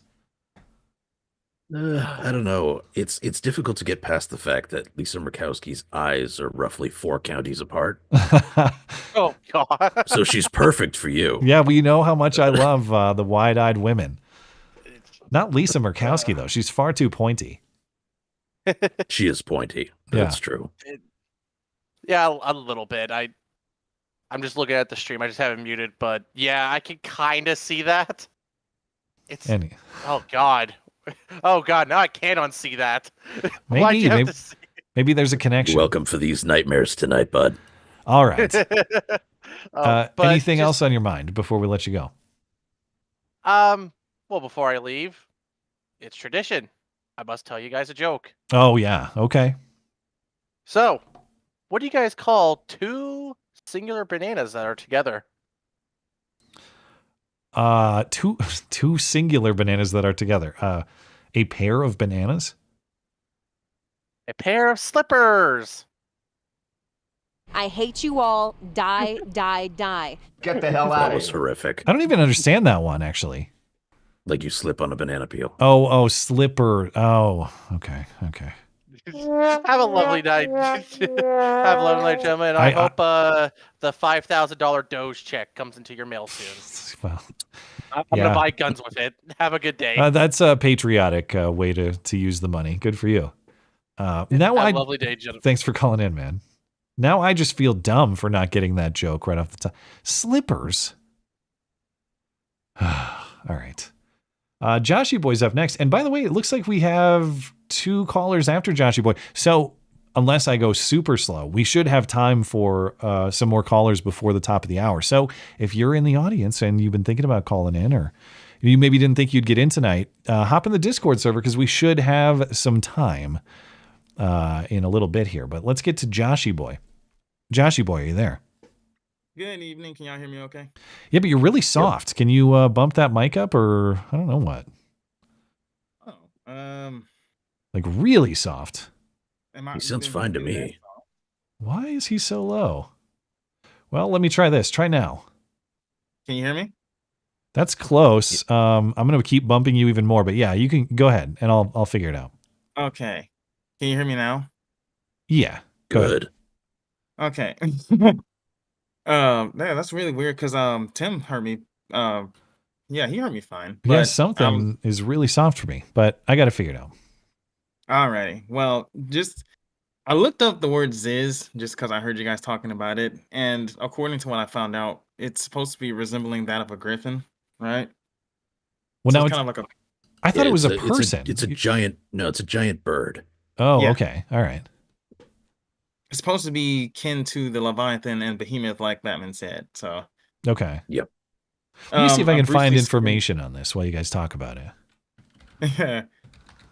But that's part of it. Is part of Jewish mythology. I don't know if it's considered a deity or not, but I don't know. No, it's not a deity. It's a a creation of God for the purposes of balancing nature. And then I don't really understand the ins and outs of it. I haven't read much into Jewish folklore and whatnot. I happen to know this from a wildly different source that used similar names, but each one is basically just a giant creature that serves to represent the power of earth, land, and sea. Behemoth being land, Leviathan being sea, and Ziz being air. And then God killed Leviathan for, again, I'm no expert. I don't know why, or I don't know the story behind it, but Ziz is the thing in the sky in this depiction here. Yes. Yeah. Yeah. No, Leviathan and Behemoth aren't supposed to be killed. Yeah, that's what I saw. But Leviathan and Behemoth aren't really supposed to be killed until the end of days, and then they're supposed to be served at the grand feast. Well, that's what I read about Ziz, but from what I understand, there is a portion of, I think it's Isaiah, where God kills Leviathan or whatever. I don't know. Like I said, I'm no expert. Maybe it sounds more like a prophecy or anything, but I could be wrong about that. It could be. I'm not sure. Yeah, because he was a prophet. So, but anyway, we can talk Bible stuff some other time. Well, I don't really have much to say about the Social Security except, wow, that's crazy. Didn't know people were living that long. Maybe I should start eating healthy or whatever. I mean, it just sounds like the Social Security Administration is just not marking people as dead properly. But I don't think they want to mark them as dead. Because, yeah. I mean, whether there is demonstrable fraud taking place on that basis, at least at any kind of mass scale or not, it's an opportunity, some might say, that you'd like to clean up. You got to be careful, though. If you do wind up living that long, you'll wind up magically transforming into a Mexican laborer. Or a Democrat voter. Probably. Which they also are. Well, I mean, if you're dead, of course you vote Democrat. Yeah. Yeah. All the time. But the whole Okay, the whole trans murder cult thing. It's kind of funny. The Zizians and everything. They sound to me kind of like wannabe Luddites. Are you familiar with the Luddites were? Yeah. I'm not. Like the name rings a bell, but I don't know what that is. So Luddites were a group of people who weren't necessarily against technology or machines, but how they were being used by companies, right? Mhm. And they often get misunderstood as people who are like, "Oh, we're against machines, we're anti-machines," and but that really wasn't the case. When you've 'Cause mentioned, they felt that technology was being abused. yeah, Think so Fallout Brotherhood of Steel types. I never yeah. played that either. Oh, for shame. Sorry. Well, to be fair, I haven't played it either, but I do know who you're talking about, the Brotherhood of Steel. Now, when you mentioned that these guys were against AI and creation, I kind of get that sentiment. Not to sympathize with these people because they're lunatics, but I do express caution against the use of AI myself. Yeah. But I wouldn't take it to the extreme of just killing a whole bunch of people who probably had nothing to do with it. I mean, these guys were insane, right? It sounds like a lot of the. I mean, I guess we don't know why these guys rose to prominence protesting some sort of AI conference in the Bay Area, like back in 2019 or 2020. And I think the killing the first killing that is associated with them, I believe, is Michelle Zajko's parents in Pennsylvania. Mm-hmm. And that was 2022. And we don't necessarily know why they did that. And then the killing of they're connected to like 6 though. So there are more details I don't know. But the killing of the guy in the Bay Area sounds like a landlord dispute. Like they were renting his, they were living on his property. He said, "Get the hell out of here." And they decided they had to kill him instead, or tried to kill him. He defended himself. He was going to trial, or they were going to trial, and they killed him to stop him from testifying. And then this thing in Vermont, still unknown. It's just like the police were watching them because the hotel workers said these guys are crazy and they have like full kits. And so they got pulled over, and then it was just a shootout. But I don't know. I guess what I'm saying is I don't know if AI has something directly to do with their killings, or if they just keep getting in weird conflicts with people, and AI is unrelated, even though they care about it a lot. It's like a focal point of their ideology. I think it's unrelated, and I think they're just insane. I mean, what do you say? A border patrol police officer was killed. What does he have to do with AI or a land dispute between a guy who says you can stay here but now get out or whatever, or parents? Of course, they will be vegan, right? Because vegans are always the paragons of health and sanity. But this group strikes me as strange, right? And then you had the would-be murderer who got caught, I believe, that young lady. Oh, you're talking about the shooter in Indiana, the would-be shooter in Indiana. Yes, the would-be shooter in Indiana, how she was caught worshiping Nicholas Cruz and all this others. Now, of all the things and people to worship, I mean, really, Nicholas Cruz, he's not even close to the coolest shooter.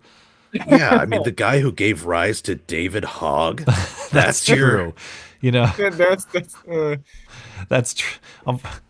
You really have to think about what the worst part about Nicholas Cruz is. Sure, he shot a lot of people, but he also made us aware of who David Hogg is. You have a point there. Gosh, man, that guy's head. You can just land a plane on it. And anyway, trying to be nice here, but the one thing that usually when you see these.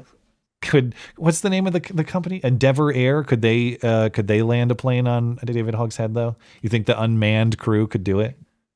Oh no, they'll probably crash and burn. I guess they can't land on a landing strip in Toronto. Yeah, that's demonstrated. This is why you never let women do a man's job. Or why you put them behind any kind of steering wheel. No, man, if you've seen where I work at, some of these mamas will run you over to try to drop their kid off, but then nearly run over other people's kids. It's insane. Dude, it's like the lady who almost ran over my family at Safeway. I know I told that story on the stream, but that was one of the craziest encounters of my life. Long story short, she blew through the Safeway parking lot like that and missed the cart with my then 6-month-old son in it by a matter of a few feet. And I actually had to confront her because it was so outrageous. And she tried to tell me that I need to watch where I'm going. When I was a pedestrian walking out of a grocery store, and she almost plowed through us because she's so crazy. Now, was this a white lady or a black lady? She was white. Yeah, I confronted her, and because she went to. In my opinion, that could constitute a self-defense scenario. Well, I was actually worried because it was so ridiculous that she went and parked, and I was like, I mean, it was so crazy that I was yapping at her across the parking lot, like, you need to slow down, you absolute psychopath, that kind of stuff. And she started yapping back at me from her car. So I actually went and approached. And I know that calm, and in retrospect here, that's the wrong thing to do because you never know what confrontation is going to happen there. But it was so ridiculous. I had to tell her, like, listen, you crazy bitch, either you slow down or you're going to kill someone's family. And I thought, like, I mean, it's less likely that your average female is carrying. But then again, like, I'm not a small person, and she's a woman in a car, and she doesn't know what I'm approaching to do. Like, it definitely was a possibly a dangerous situation for me to choose to approach in that situation. But I did, because I had to tell her, you're going to kill someone's family, you crazy bitch. And hopefully she's never done that again. Well, I mean, the type to do it once is the type who's done it 50 times already. Yeah, maybe. So. Yeah. The final point that I kind of want to make, because I know this is a bit of a briefer call, but the one thing I'm pretty sure I complained about this before. Every time you show, and this even ties into the Tranet Jackson person, right? Yeah. So the major, now look, it's a common joke that people assume that I'm gay, and that may or may not be true. I don't know, but just leaning into the bit. All right. I guess this is the appropriate venue. Fun. I'll tell you a funny story the next time. But the one thing I constantly ask myself is that why are these people so fucking ugly? If you take most of the trans people that we see, like in the news, on the internet, or whatever, and they are just horrendous, it would have killed them to look attractive even a little bit. How dare you? Well, I think this sort of comes down to the I think it kind of comes down to the concept of the spiteful mutant that is brought up on the Lotus Eaters a lot. If you're familiar with that. I haven't heard that term. That is what is the? I can guess what the idea is, but what is it? Yeah. Well, but it's basically a foray into exploring whether or not there is any truth to physiognomy. So whenever you see these psycho people, they always look hideous. Right? There's never a good looking one. There's always what about like Luigi Mangione? Everyone loves him and thinks he's crazy hot. Yeah, I guess. Well, the CEO with every shooter. rule comes the exception, right? Oh yeah.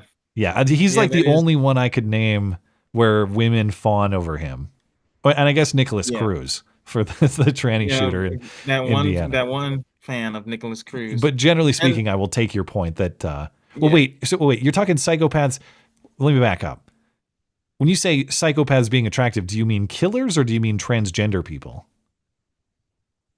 I mean like the transgender folk, right? But in the context of the spiteful mutant, that's transgender only, or is it just psychopaths?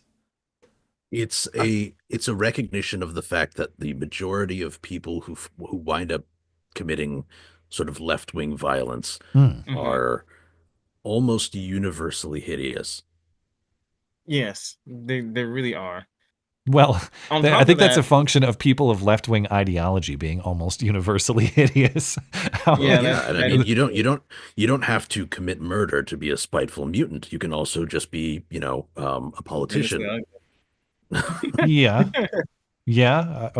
I see what you're saying. Or an activist, or whatever. Yeah, but I know take the people over in Massachusetts and everything. How they were trying to create a safe space for transgender people.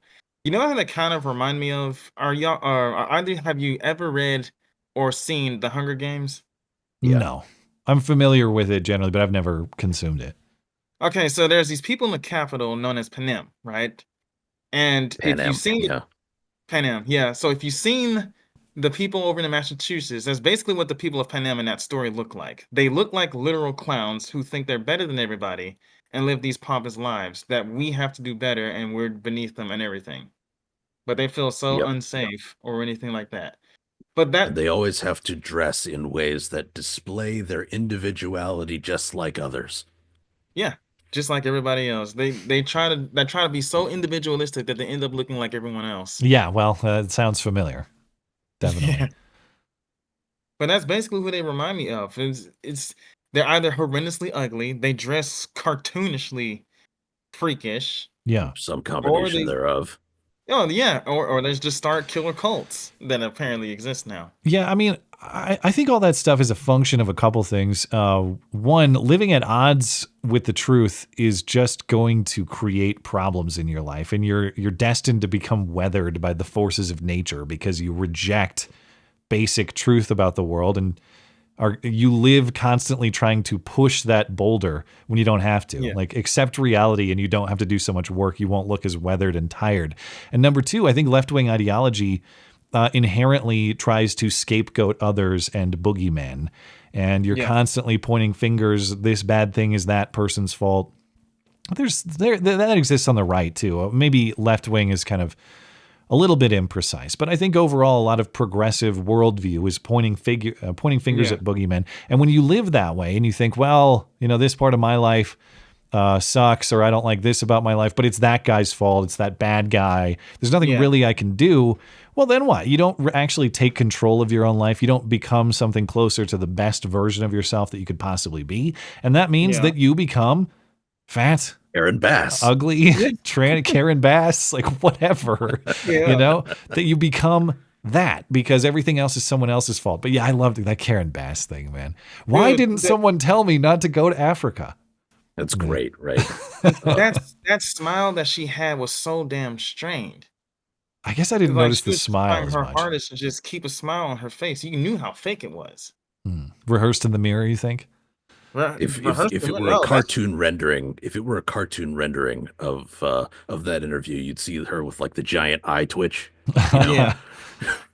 God. Now that's it right there. If they vote for Karen Bassett, if they vote for her again, I know LA is truly done. Like LA is dead.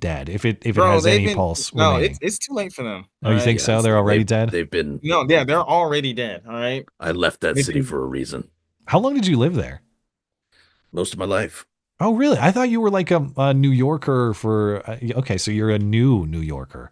That's right. I don't sound anywhere near enough like an extra from the Spider-Man Sam Raimi films for that. Well, okay, so you but do you have any connection to LA anymore? You got family there, or do you ever go back? I have or friends anything? there, but not too many because well, I have a couple of friends remaining there. I find that as mentioned before, I definitely sort of went on a political journey over the last 10 years. I was definitely not as conservative then as I am now. And as I sort of went on this journey, I found that a lot of those people just can't stay friends with somebody that they disagree with politically. So much of my connection there has dwindled to the point of non-existence. There's basically just a couple people I keep in touch with now. All right, Joshy boy, you got any other thoughts before we let you go? Well, if we want to take care of the trans people, just send in the blacks. I mean, they've already done a good job with these fraudulent employees. Jeez. There are some That's my black solution. trannies. We featured some on this stream. Yeah, that's unfortunate. All right. Anyway, y'all Thank have you, a man. good night. All right, you too, man. I would actually be interested to know this. Transgender data, really of any kind, or so it's just it's still such a rare thing, even though it's getting more and more popular. But quality data on transgender anything are hard to come by for a couple reasons, because there just aren't a lot of trannies. And then number two, it's kind of like lesbian domestic violence or anything else. If you want quality data that is objective and not swayed by the bias of the people who assembled it to try to prove X, Y, or Z point about it, I would like to know, just objectively, is there a racial skew in transgenderism? And if so, why? Like, do they tend to, I would guess they tend to be white, like disproportionately white, but I don't know. That's just my guess.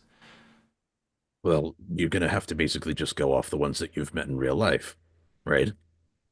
Thankfully, I don't see a lot, but there are some. Yeah. No, well, as I said, I lived in LA. I've met several. They're all white.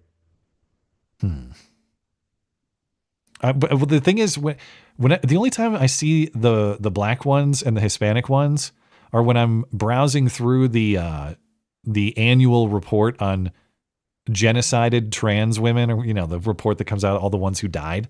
And the report I think says the ones who die are disproportionately racial minority.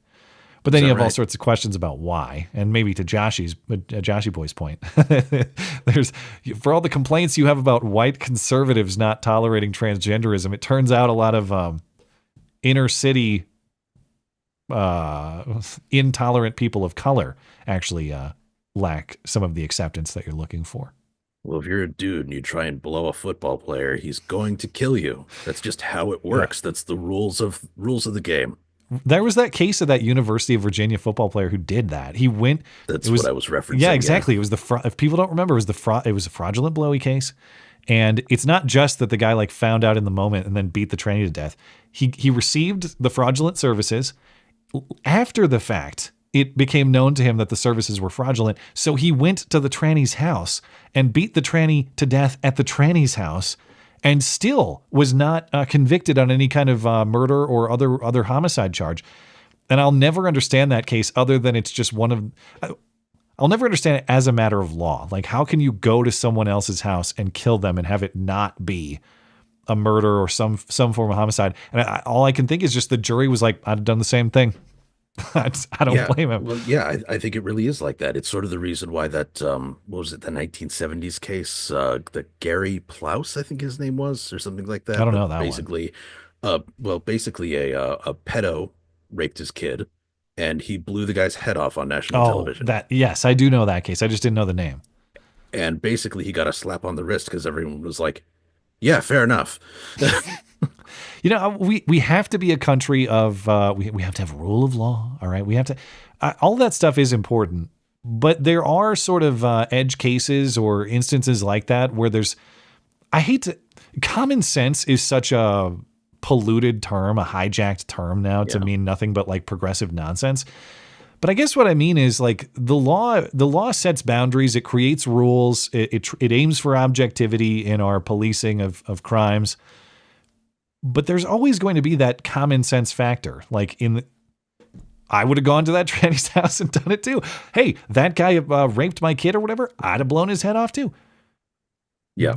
I do think that any reasonable legal system actually has to have some room for that. And I guess that's what juries are there to decide.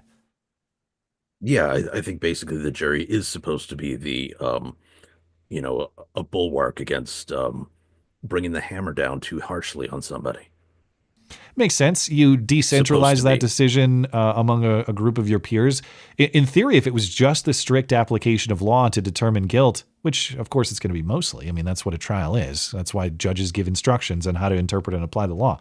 But if it was just that, I mean, you just defer it over to the judge and say, he's the expert on the law. Exactly. And the expert will determine whether you violated it by the letter. The jury, I guess, is the check on that. To make sure there is room for common sense, like going over to the tranny's house and beating him for a fraudulent blow. Poor guy. If you think about it, he did not consent to that particular orientation of things. No, he didn't. It is an assault. It absolutely is. So it's functionally rape. Yeah. I would, if you lie to someone in pursuit of sexual contact, it may not be like a violent rape, like you're talking, it's not that, but you can't deceive as a means to sexual access to a person. And that's what that is. Yeah, I don't see how that's any different than, like roofying somebody. Like it's not physical, but it's the same fraudulent approach. Yeah. Yeah. I would agree. All right. Thank you for yet another quality fraudulent blowy discussion. I appreciate it. Egrin, are you there? So, given the fact that we all know that trannies just turn into cults at this point, I guess at this point, you plan on doing anything with that Zooey? Try to do a campaign for the midterms for getting that guy out impeached? Oh, I thought so. You're saying like, do you plan? Okay, I thought you were going another way. Do I plan on doing anything?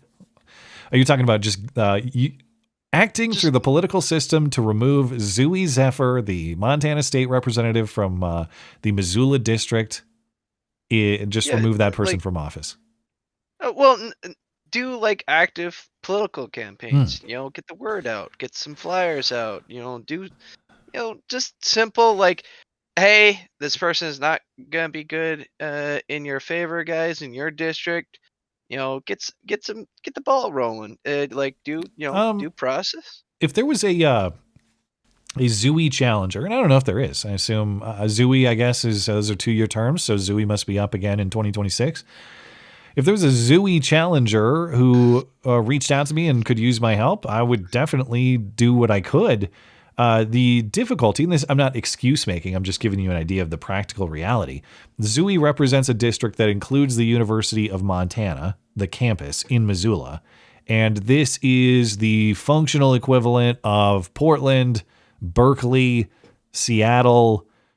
A Republican winning that district, even in this state, is a near impossibility, as evidenced by the fact that they ever voted for Zooey in the first place. So if someone was serious about challenging, I would do what I can to help. But the other thing I'll say about Zooey's power, it's actually very minimal. I mean, people know about Zooey because Zooey staged some ridiculous protest in the Montana state legislature.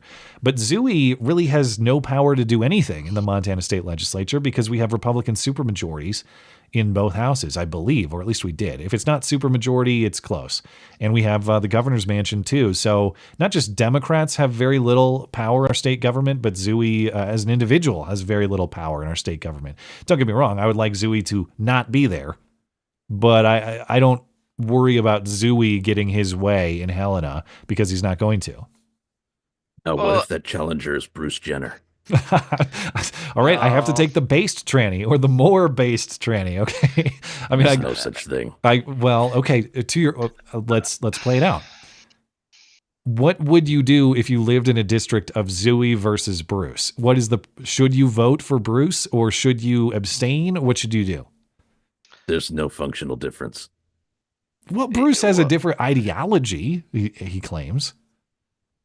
Well, he says, yeah. He says. Well, here's the problem that we're having with is you have this new group of conservatives that aren't really conservatives, just like James Lindsay and the trigonometry people. They're trying to act like they can separate Christianity and separate everything what we are as a conservative into.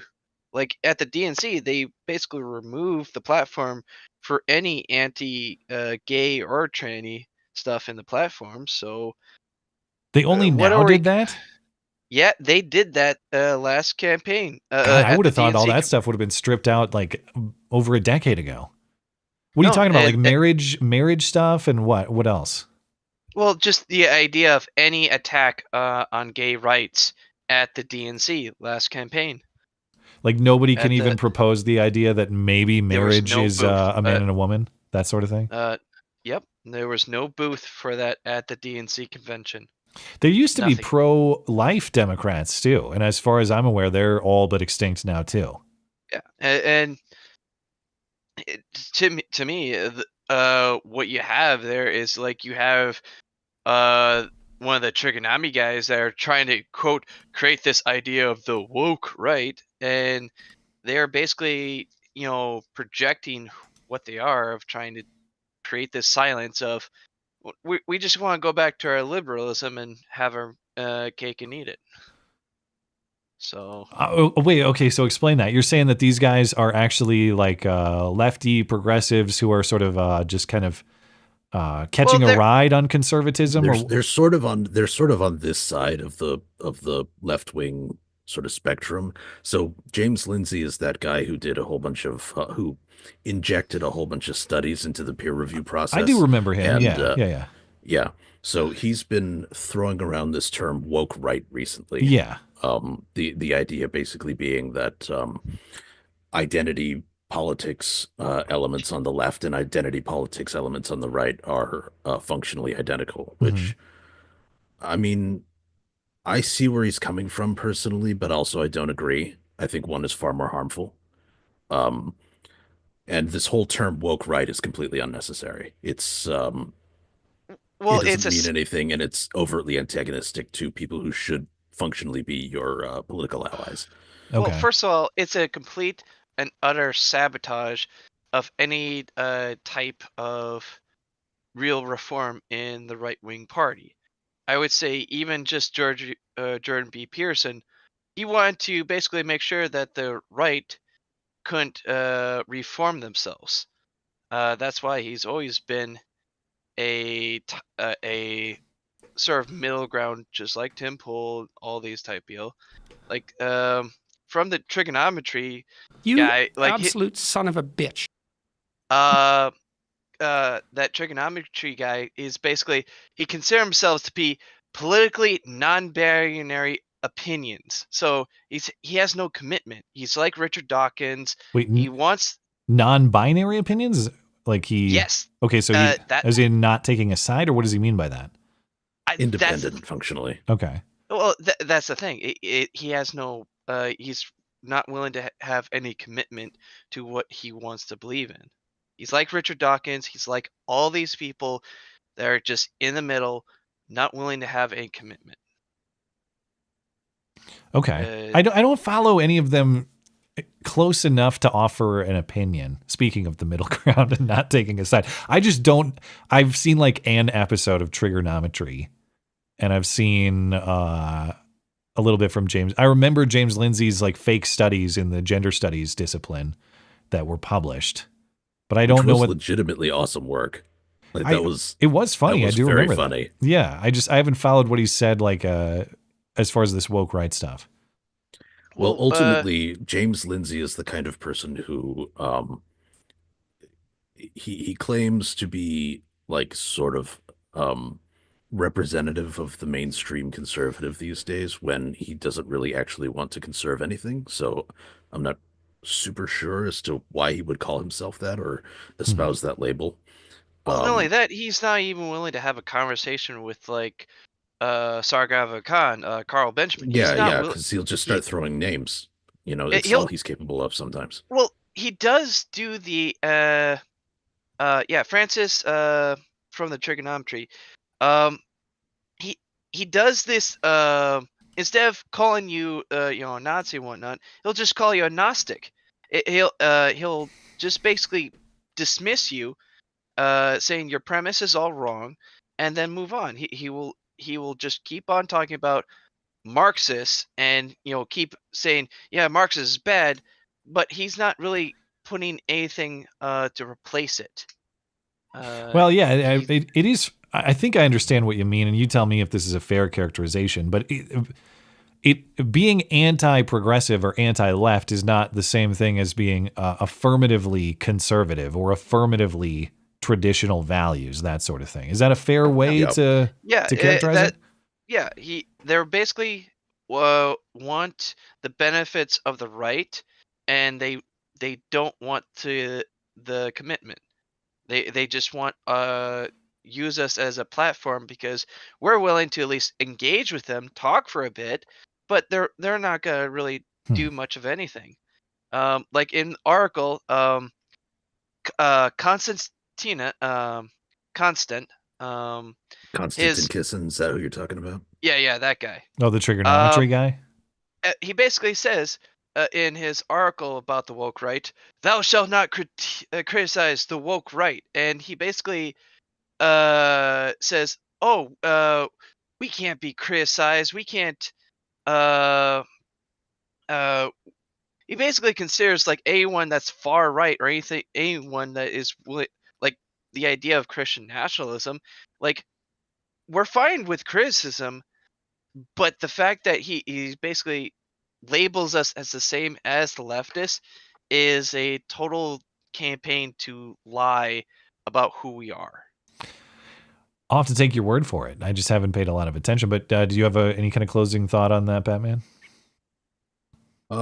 No, I think he outlined it fairly well. All right. Again, I don't really think that I just said I don't have one, and now here I am. But I don't really think work that on these... your dad jokes. I tell plenty of those. here in the home, but no, where was I going with this?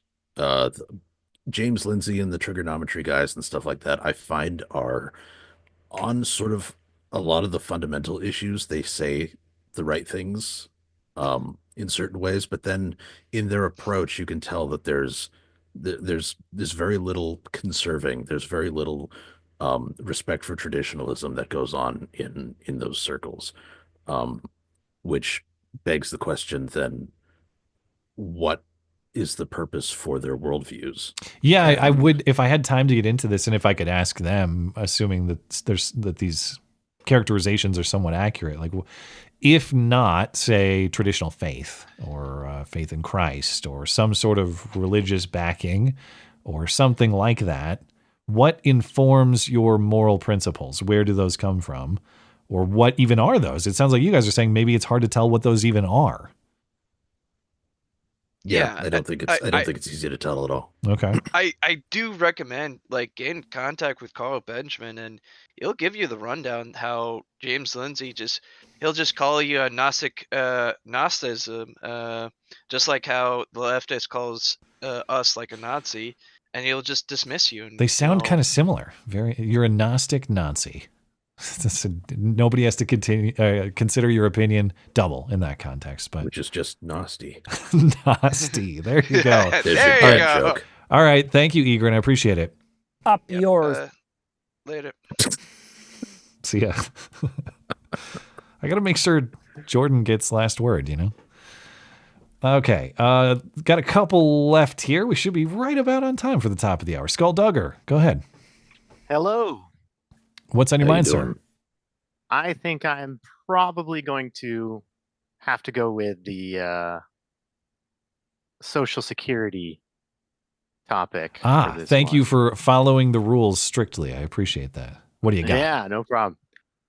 So this is I'm somebody who's kind of been against, not kind of. I have absolutely been against Social Security as soon as I learned its history and did the research into, how it was designed from the beginning. It's never been designed to work. It's been a flawed system the entire time. It does not work. It is it is structured as a Ponzi scheme. Yep. And it requires that every subsequent generation maintains a larger workforce than the previous generation. That's a pyramid scheme. I mean, that's I guess as someone who understands generally what you're talking about, when we make that accusation, pyramid scheme, Ponzi scheme, how are we defining that? What are the features of Social Security that put it in that box? Because the current the people who are currently drawing on it are being paid with the funds that are currently in it. They don't actually have funds saved up. You do not have an account with Social Security. It's everything direct is wealth redistribution. Yeah, as in you have to keep extracting money from others for it to function in any way.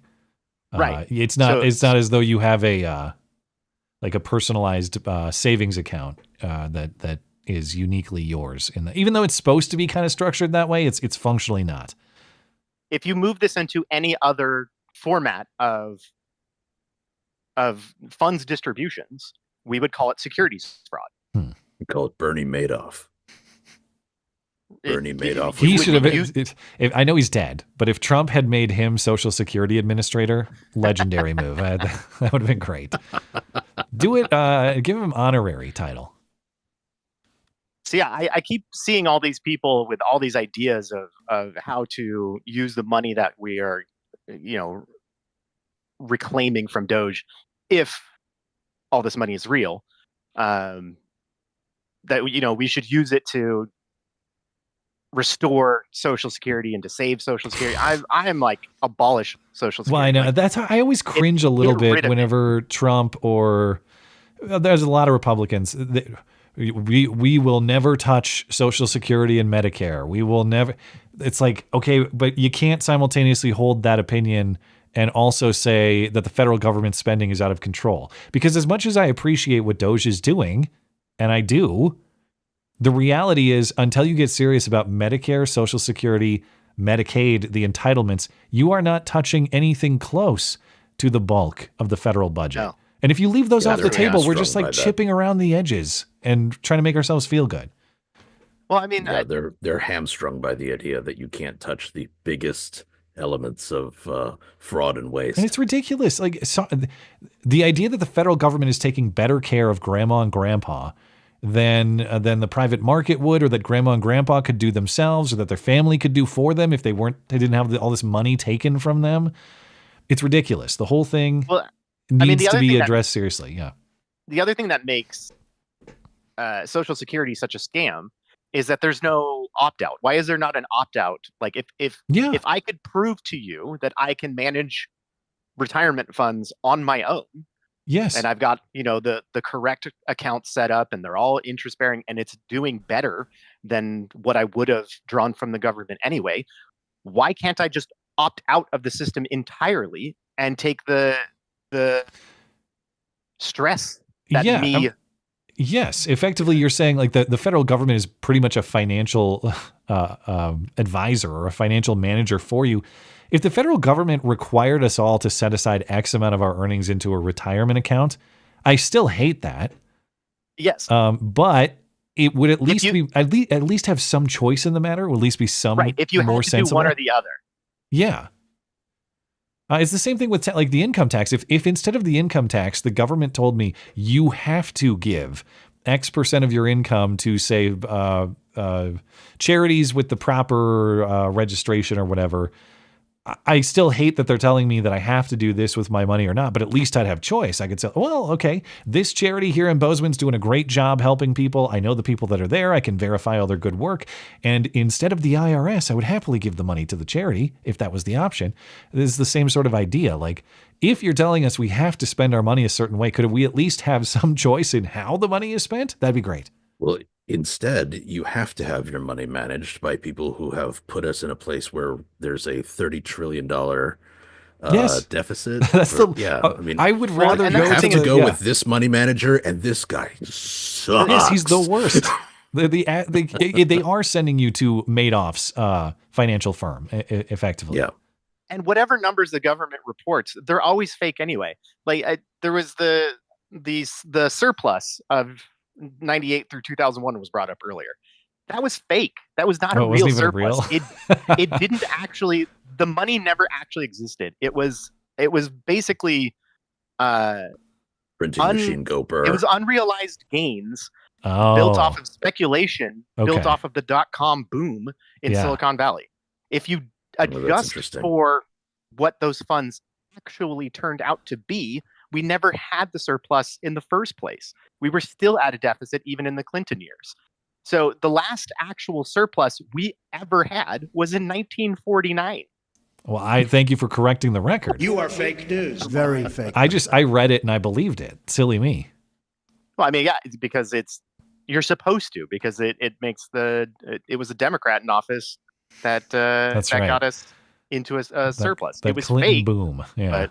Well, I guess there were Clinton booms, just not that one. But anyway, just like everything else in the Clinton administration, it was fake. All right. Well, thank you for calling in. Man. That cigar was real. I'm confident. So was the stain on the dress.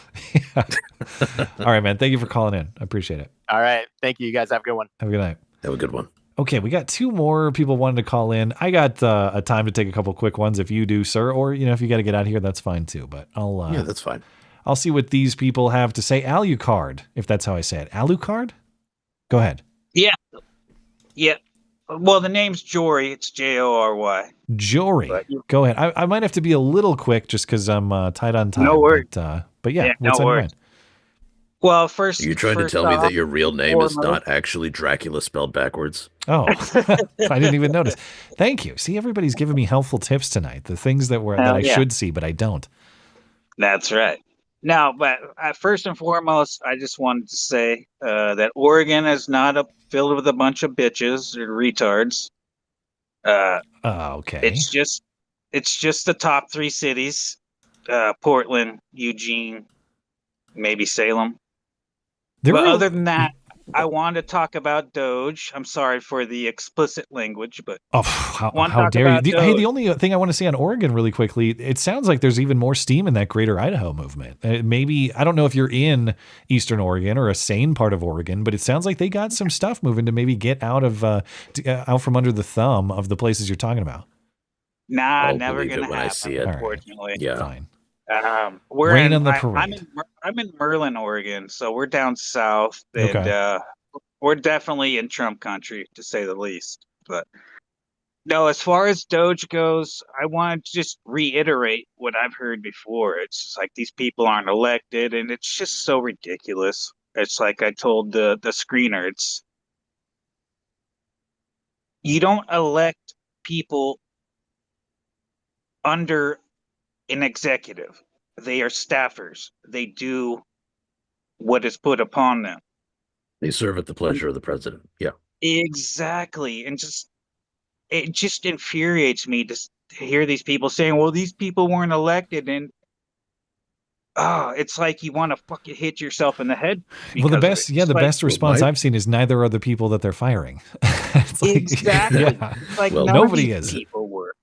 Yeah, the response that I've Exactly. found the response that I've found to be most effective, at least at pissing these people off, which is really all I do when I speak to them anymore, is oh, nobody elected Musk well, actually Musk campaigned with Trump, so I did. Yeah. There were definitely people who voted, if not exclusively on that basis, in large part on that basis. And yeah, I mean, it's not like it was a deal maker for me, but when I heard the plans for them to do this on the campaign trail, I was like, all right, I'm in. Cool. Yeah, let's sure. go. Yeah. And that's the main point is these people were not elected, and they weren't meant to be.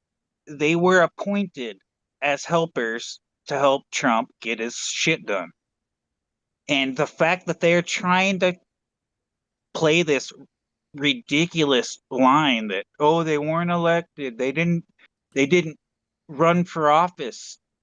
It's a moot. It doesn't matter. If you hate ridiculous. unelected people, you should hate the federal government. It is a blob of it's hundreds of thousands, and more than that. It's Nobody millions, elected isn't it? the Yeah. people. All these, all these federal workers. Nobody elected the entirety of the people who were running the country for the last 4 years. Because Right. it wasn't Biden. Well, I know that's the thing too. Is like if you really hate shadow governments, because you say what you want about these people being elected. Elon It's Musk so was true. campaigning like you're saying. This is not a shadow operation. Okay, No. they're out there talking to reporters. The shadow government was the last 4 years. We still have no idea who the hell was actually pulling the strings. I guess probably Obama or Obama's people. There are a lot of reports to that effect, and Biden was surrounded by a lot of the same Obama people. But that was actually a shadow government. We don't know who they were. Exactly. And that's what bothers me. It's just like, how are you saying that these people weren't elected when they weren't meant to be? These are appointed people to help the president and the executive branch do his job.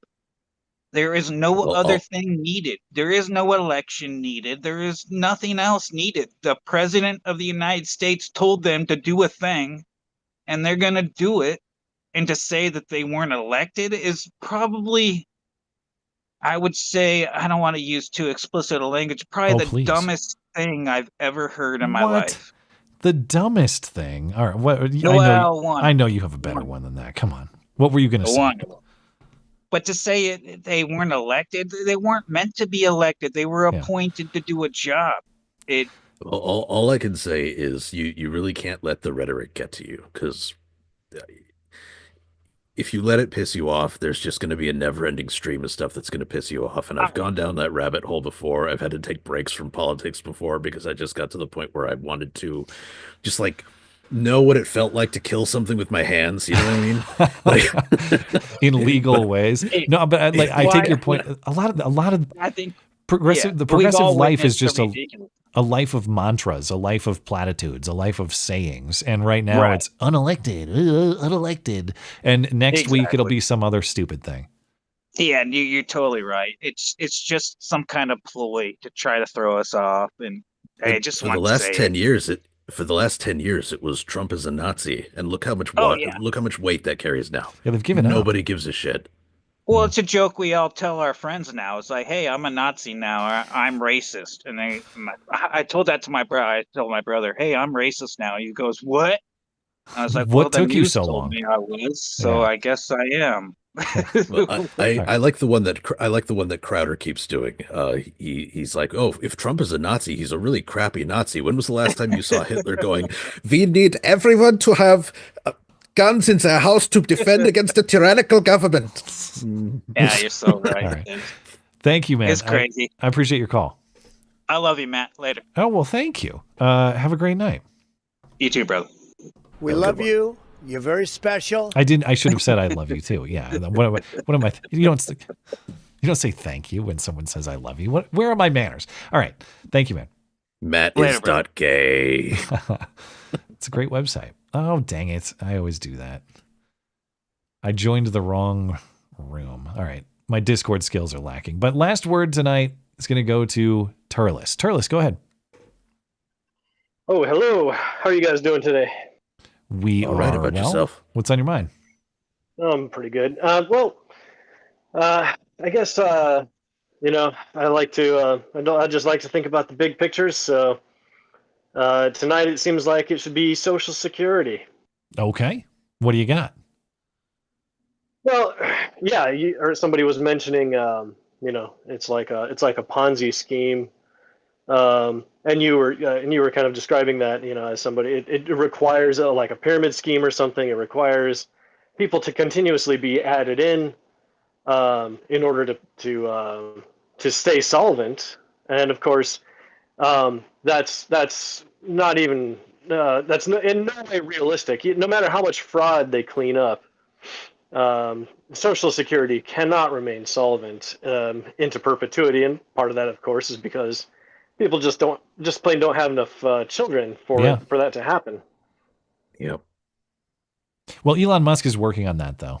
He's got a solution to that too. Yeah, he's gonna single-handedly take care of that. At this rate, he will solve Social Security. Yeah. Yeah, and you guys, somebody can check my numbers on this, but I think like the first woman to ever retire and start collecting Social Security benefits, she paid something like, I don't know, $250 into it. It was a minor amount, and she collected something like 10 times that. It was 2,500 or 25,000 or something. And it's really quite astounding when you look at it. It's a better deal than getting in a plane crash and cashing in for the rest of your life. Yeah, right. Screw following Nancy Pelosi's investments. Just do that. Oh yeah, the return on investment for her was crazy, and that of course demonstrates the point.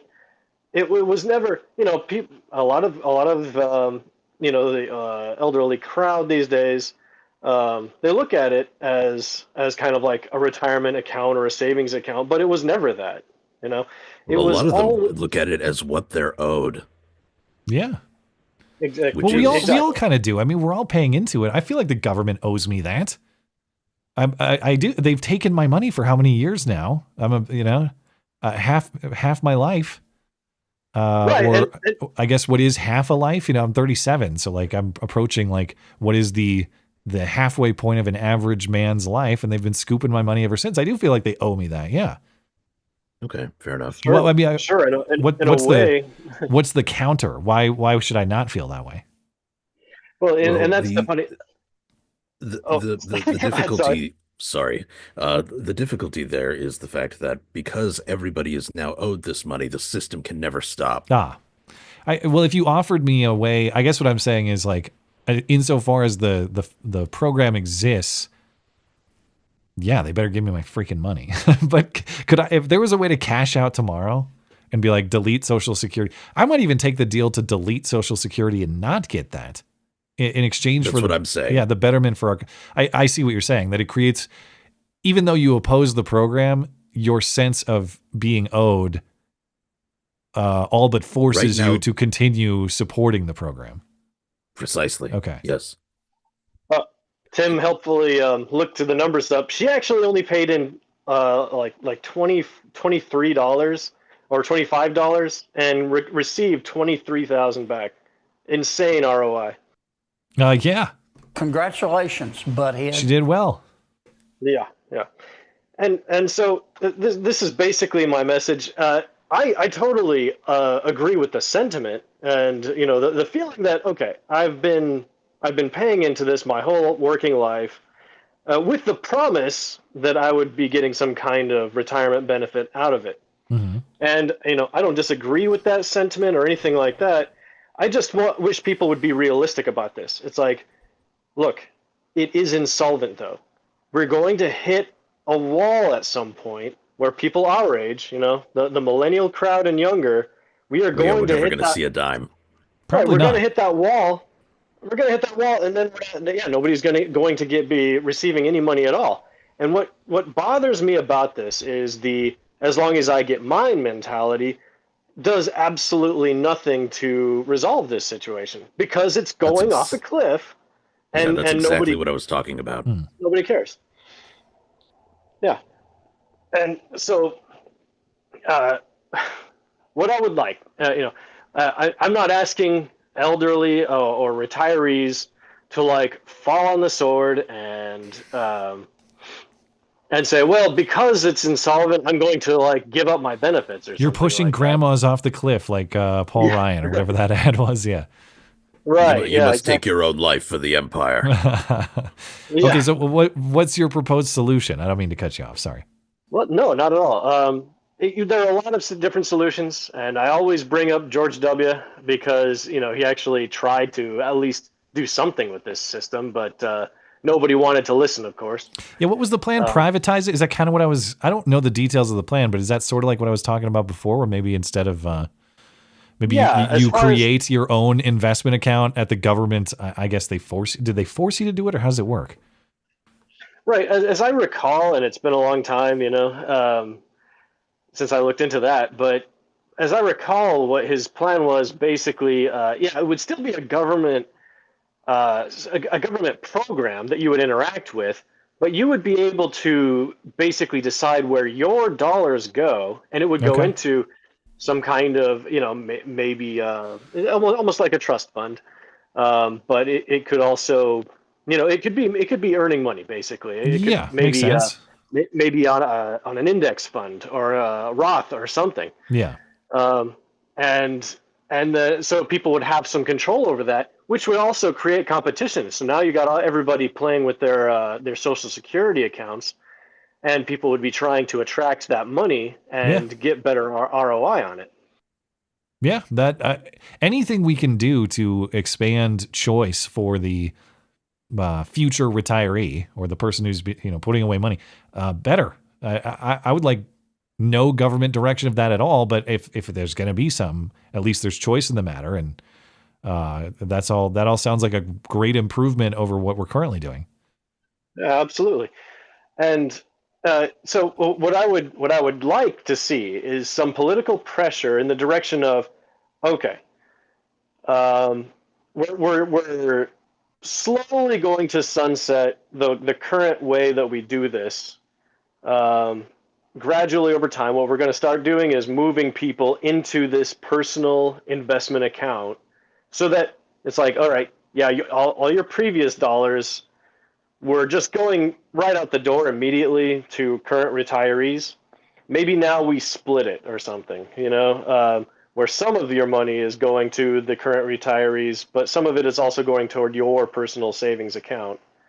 Something like that, and I'm sure there's just a more personalized accounting is what you're talking about. It's like, okay. And the main reason that people freak out about this is because they hear that and they say, oh, you're just going to take away my benefits. And it's like, well, I don't know what to tell you. Maybe your benefits might be reduced, or maybe the government has to borrow in aren't order they to pay them already out. kind of fake anyway, though? Aren't they? Well, it's not as though there's a bank account that you can go to. That's like, I would like to. Well, that's my point, because the money comes in one end and goes right out the other. Yeah. In addition to a lot of borrowing, and that's one of the biggest sources of borrowing of the government is Social Security. So yeah. Well, I'm sure the Chinese will take care of us, or whoever we're borrowing from. Oh yeah. Anyway, I appreciate the call, man. Thank you for the thoughts. All right. Just real quick. All right. Sorry. I was just going to point out, Ziz is definitely not in the Bible. Behemoth and Leviathan are. That was all. All right. Well, thank you for your call. Appreciate it. Sure. I'll see you later. All right. Any other thoughts you had on Social Security before we call it a night, Mr. Batman? No, not really. I mean, it's going to fall apart one day. You and I are never going to see a dime. So it's all sort of moot. Well, if we're still doing the stream down already, if we still doing the stream when we're 65, maybe I guess we'll find out then. All right, I got some super chat to read. As always, you're welcome to stick around, or if you have things to take care of, you're welcome to call it a night too. I can stick around. All right, there's just a few over here. Mr. GR says, "Hey, always trying to bait me, you dirty ass rigger. You have a lot of it because you don't know how to wipe your ass." Oh, toilet paper. We're renewing the sit or stand debate about toilet paper. Buy a bidet attachment or learn to wipe your ass. Lean slightly forward and wipe. I'm never going to be team like. I'm not revisiting this, okay? But I just think it's weird when you are. I just think I think what you're describing is weird, and I'll never be a bidet guy. Not doing the bidet thing. Have we talked bidets before? I don't know.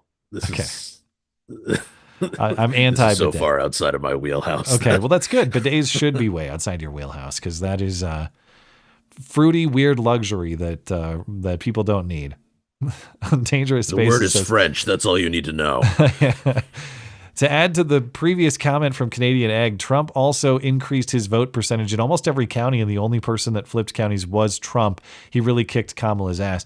Yeah, I mean, it wasn't like the biggest electoral college landslide of all time, but when you talk about the swing from 2020, the freest, fairest election of all time, to 2024, it is a pretty dramatic swing in that way. Well, of course it is, because 20 million dead people stayed in their graves. Yeah, and we'll probably never know the totality of what happened in 2020, and I don't know.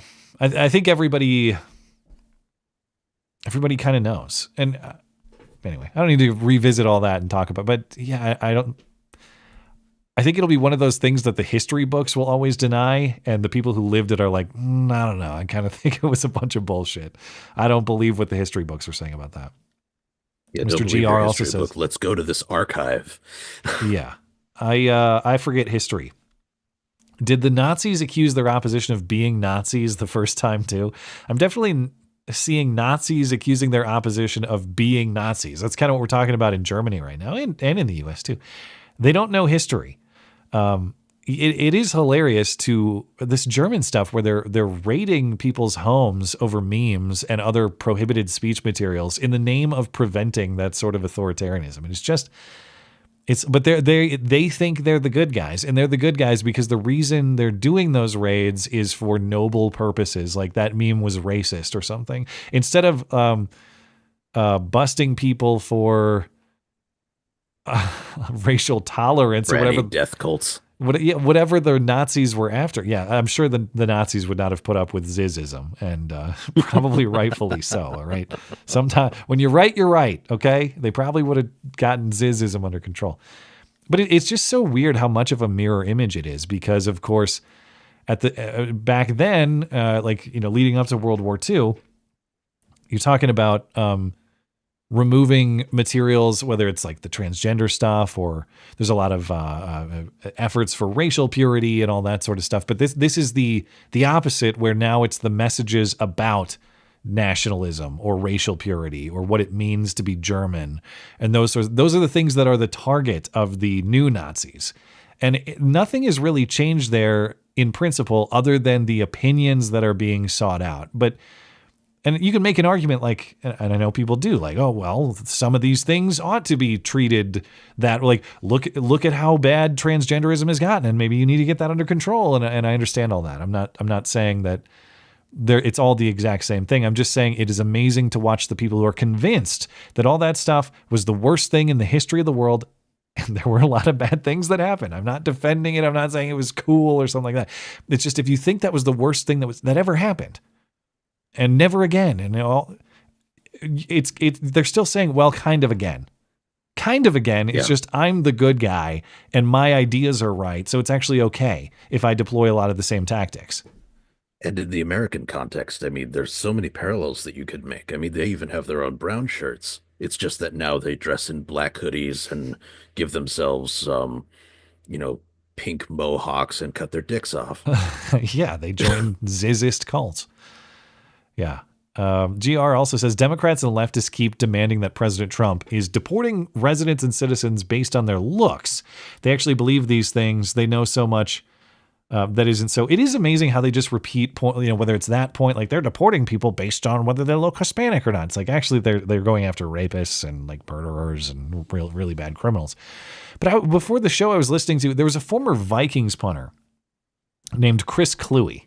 He punted like in kind of the 2000s era, like leading up to 2010. And he's always been like a flaming progressive. And in fact, there was conflict with the team because the special teams coach called him a fruit or a faggot or something like that. And he made a big stink about it. And there was some lawsuit or something. Anyway, so Chris Cluey has always been kind of like a fruity progressive punter in the NFL. And I saw a clip of him speaking at the Huntington Beach City Council meeting in California where he lives. And I thought, there's a name I haven't heard of for a long time. Chris Cluey, the former Vikings punter, here to say some absolutely ridiculous, fruity nonsense, I'm sure. And of course, he showed up and condemned all the MAGA people as Nazis. But he repeated a string of accusations. And in there, he's just saying MAGA is about firing air traffic controllers, for example. He said that. It's like literally 0 have been fired, though. I get that you don't like the cuts. I get that you have disputes with how this is being handled, but it's a string of accusations, a string of claims. And that's another one. It's just like there are 0 air traffic controllers who have been fired, but you think that, and so you just repeat it and you say it. Well, and more than that, when it comes to the air traffic controller thing, everybody's been blaming all of these crashes on Trump. So wouldn't you think that if he is firing air traffic controllers to try and solve the problem, then he's doing the right thing?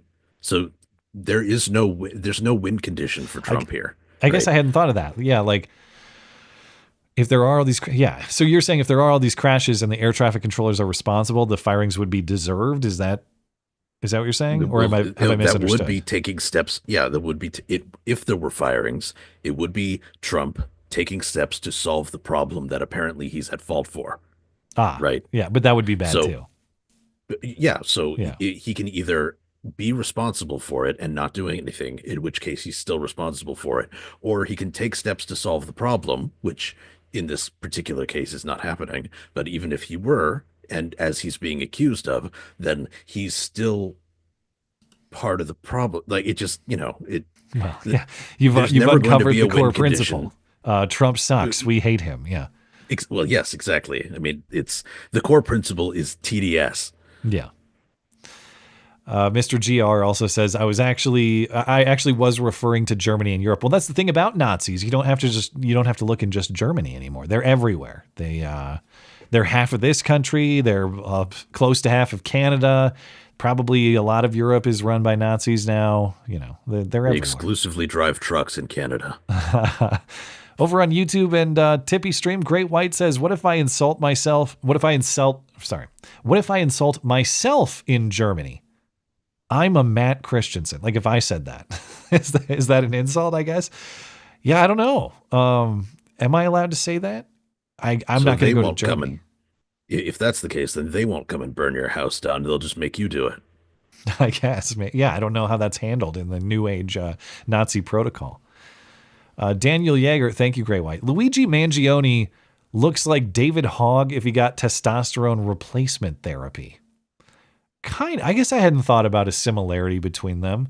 Luigi's hair is a little more curly. They both have kind of like darker features, I guess.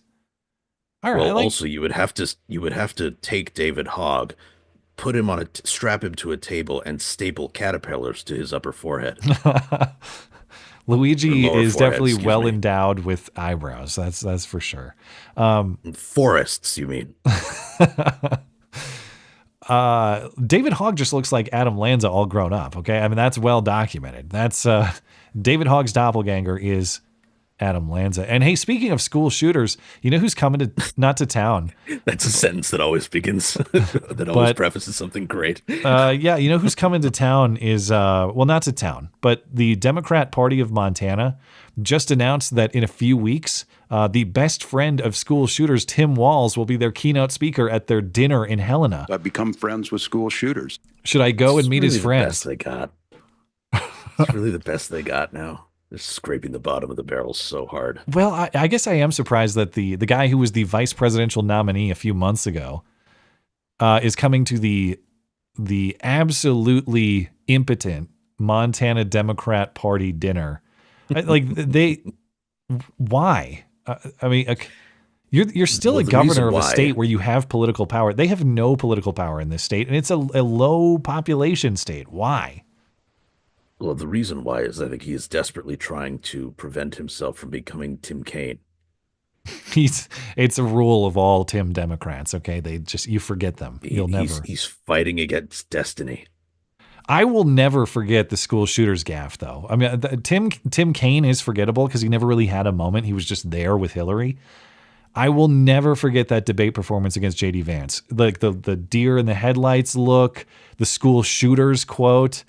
And in general, all his weird mannerisms walking around with his... I'm a knucklehead at times. Yeah, that's right. And his dancing vibe. I actually will not forget Tim Walz. He, if anything, Kamala was more forgettable in this election. Now, people aren't going to forget Kamala either, but Tim Walz had a lot of moments. He will always be memorable to me. Fair enough. Cali-based.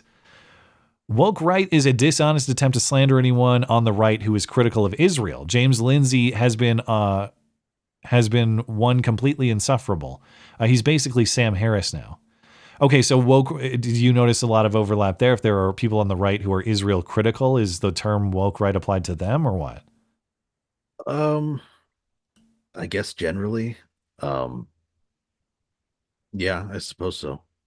Okay. I don't know what James Lindsay's Israel-Palestine opinions are, but I'll take your word for it.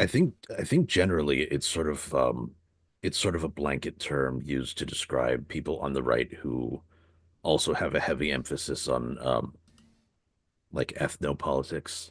Okay, so like racial identitarians, people, people who don't like, or people who talk a lot about like how white people are going to become a minority and that's a bad thing, like stuff of that description. Well, that's a pretty, as far as like racial identity opinions go, that's a pretty tame one. Yeah, I know. That one is intolerable. Like is he of the opinion that's not a concern of any kind? I think so. Well, we're going to find out, I guess. I don't know. Lastly, over on Rumble GR, I guess nothing I say is good enough to actually be entered in the drawing. I thought I was funny and clever. Guess you think differently. Okay. Jeez. I can't be like, I appreciate your support for the show, GR. You can't interpret the lack of entry as a condemnation or a disapproval of your support. But I also can't be like, I can't give like, I can't just be pushed into awarding an entry in that way either. I will try to, all right. I will try to consider my entry criteria going forward. I appreciate your support for the show, man. Thank you for that. All right. I think we're all set. Well, that was quick. Yeah. Any other thoughts before we call it a night? No, I think we're all set. All right. Well, of course, thanks to... Come on, man. Whoops, wrong button. I guess, whatever. It's that time of night. This is what I was looking for, my music button. Okay. Well, thanks to Batman for his time tonight. Appreciate him joining for the calls. Thank you to the callers for making it a great stream. Thank you to the super chatters. Appreciate you guys. Thanks to everybody tuning in live. Thanks to, if you're listening on demand, thank you for tuning in too. Thanks to producer Tim for his help with the stream this evening. Anything else show related, mattchristiansenmedia.com is where you find it. I will be back on Sunday. Have a great week until then. Take care.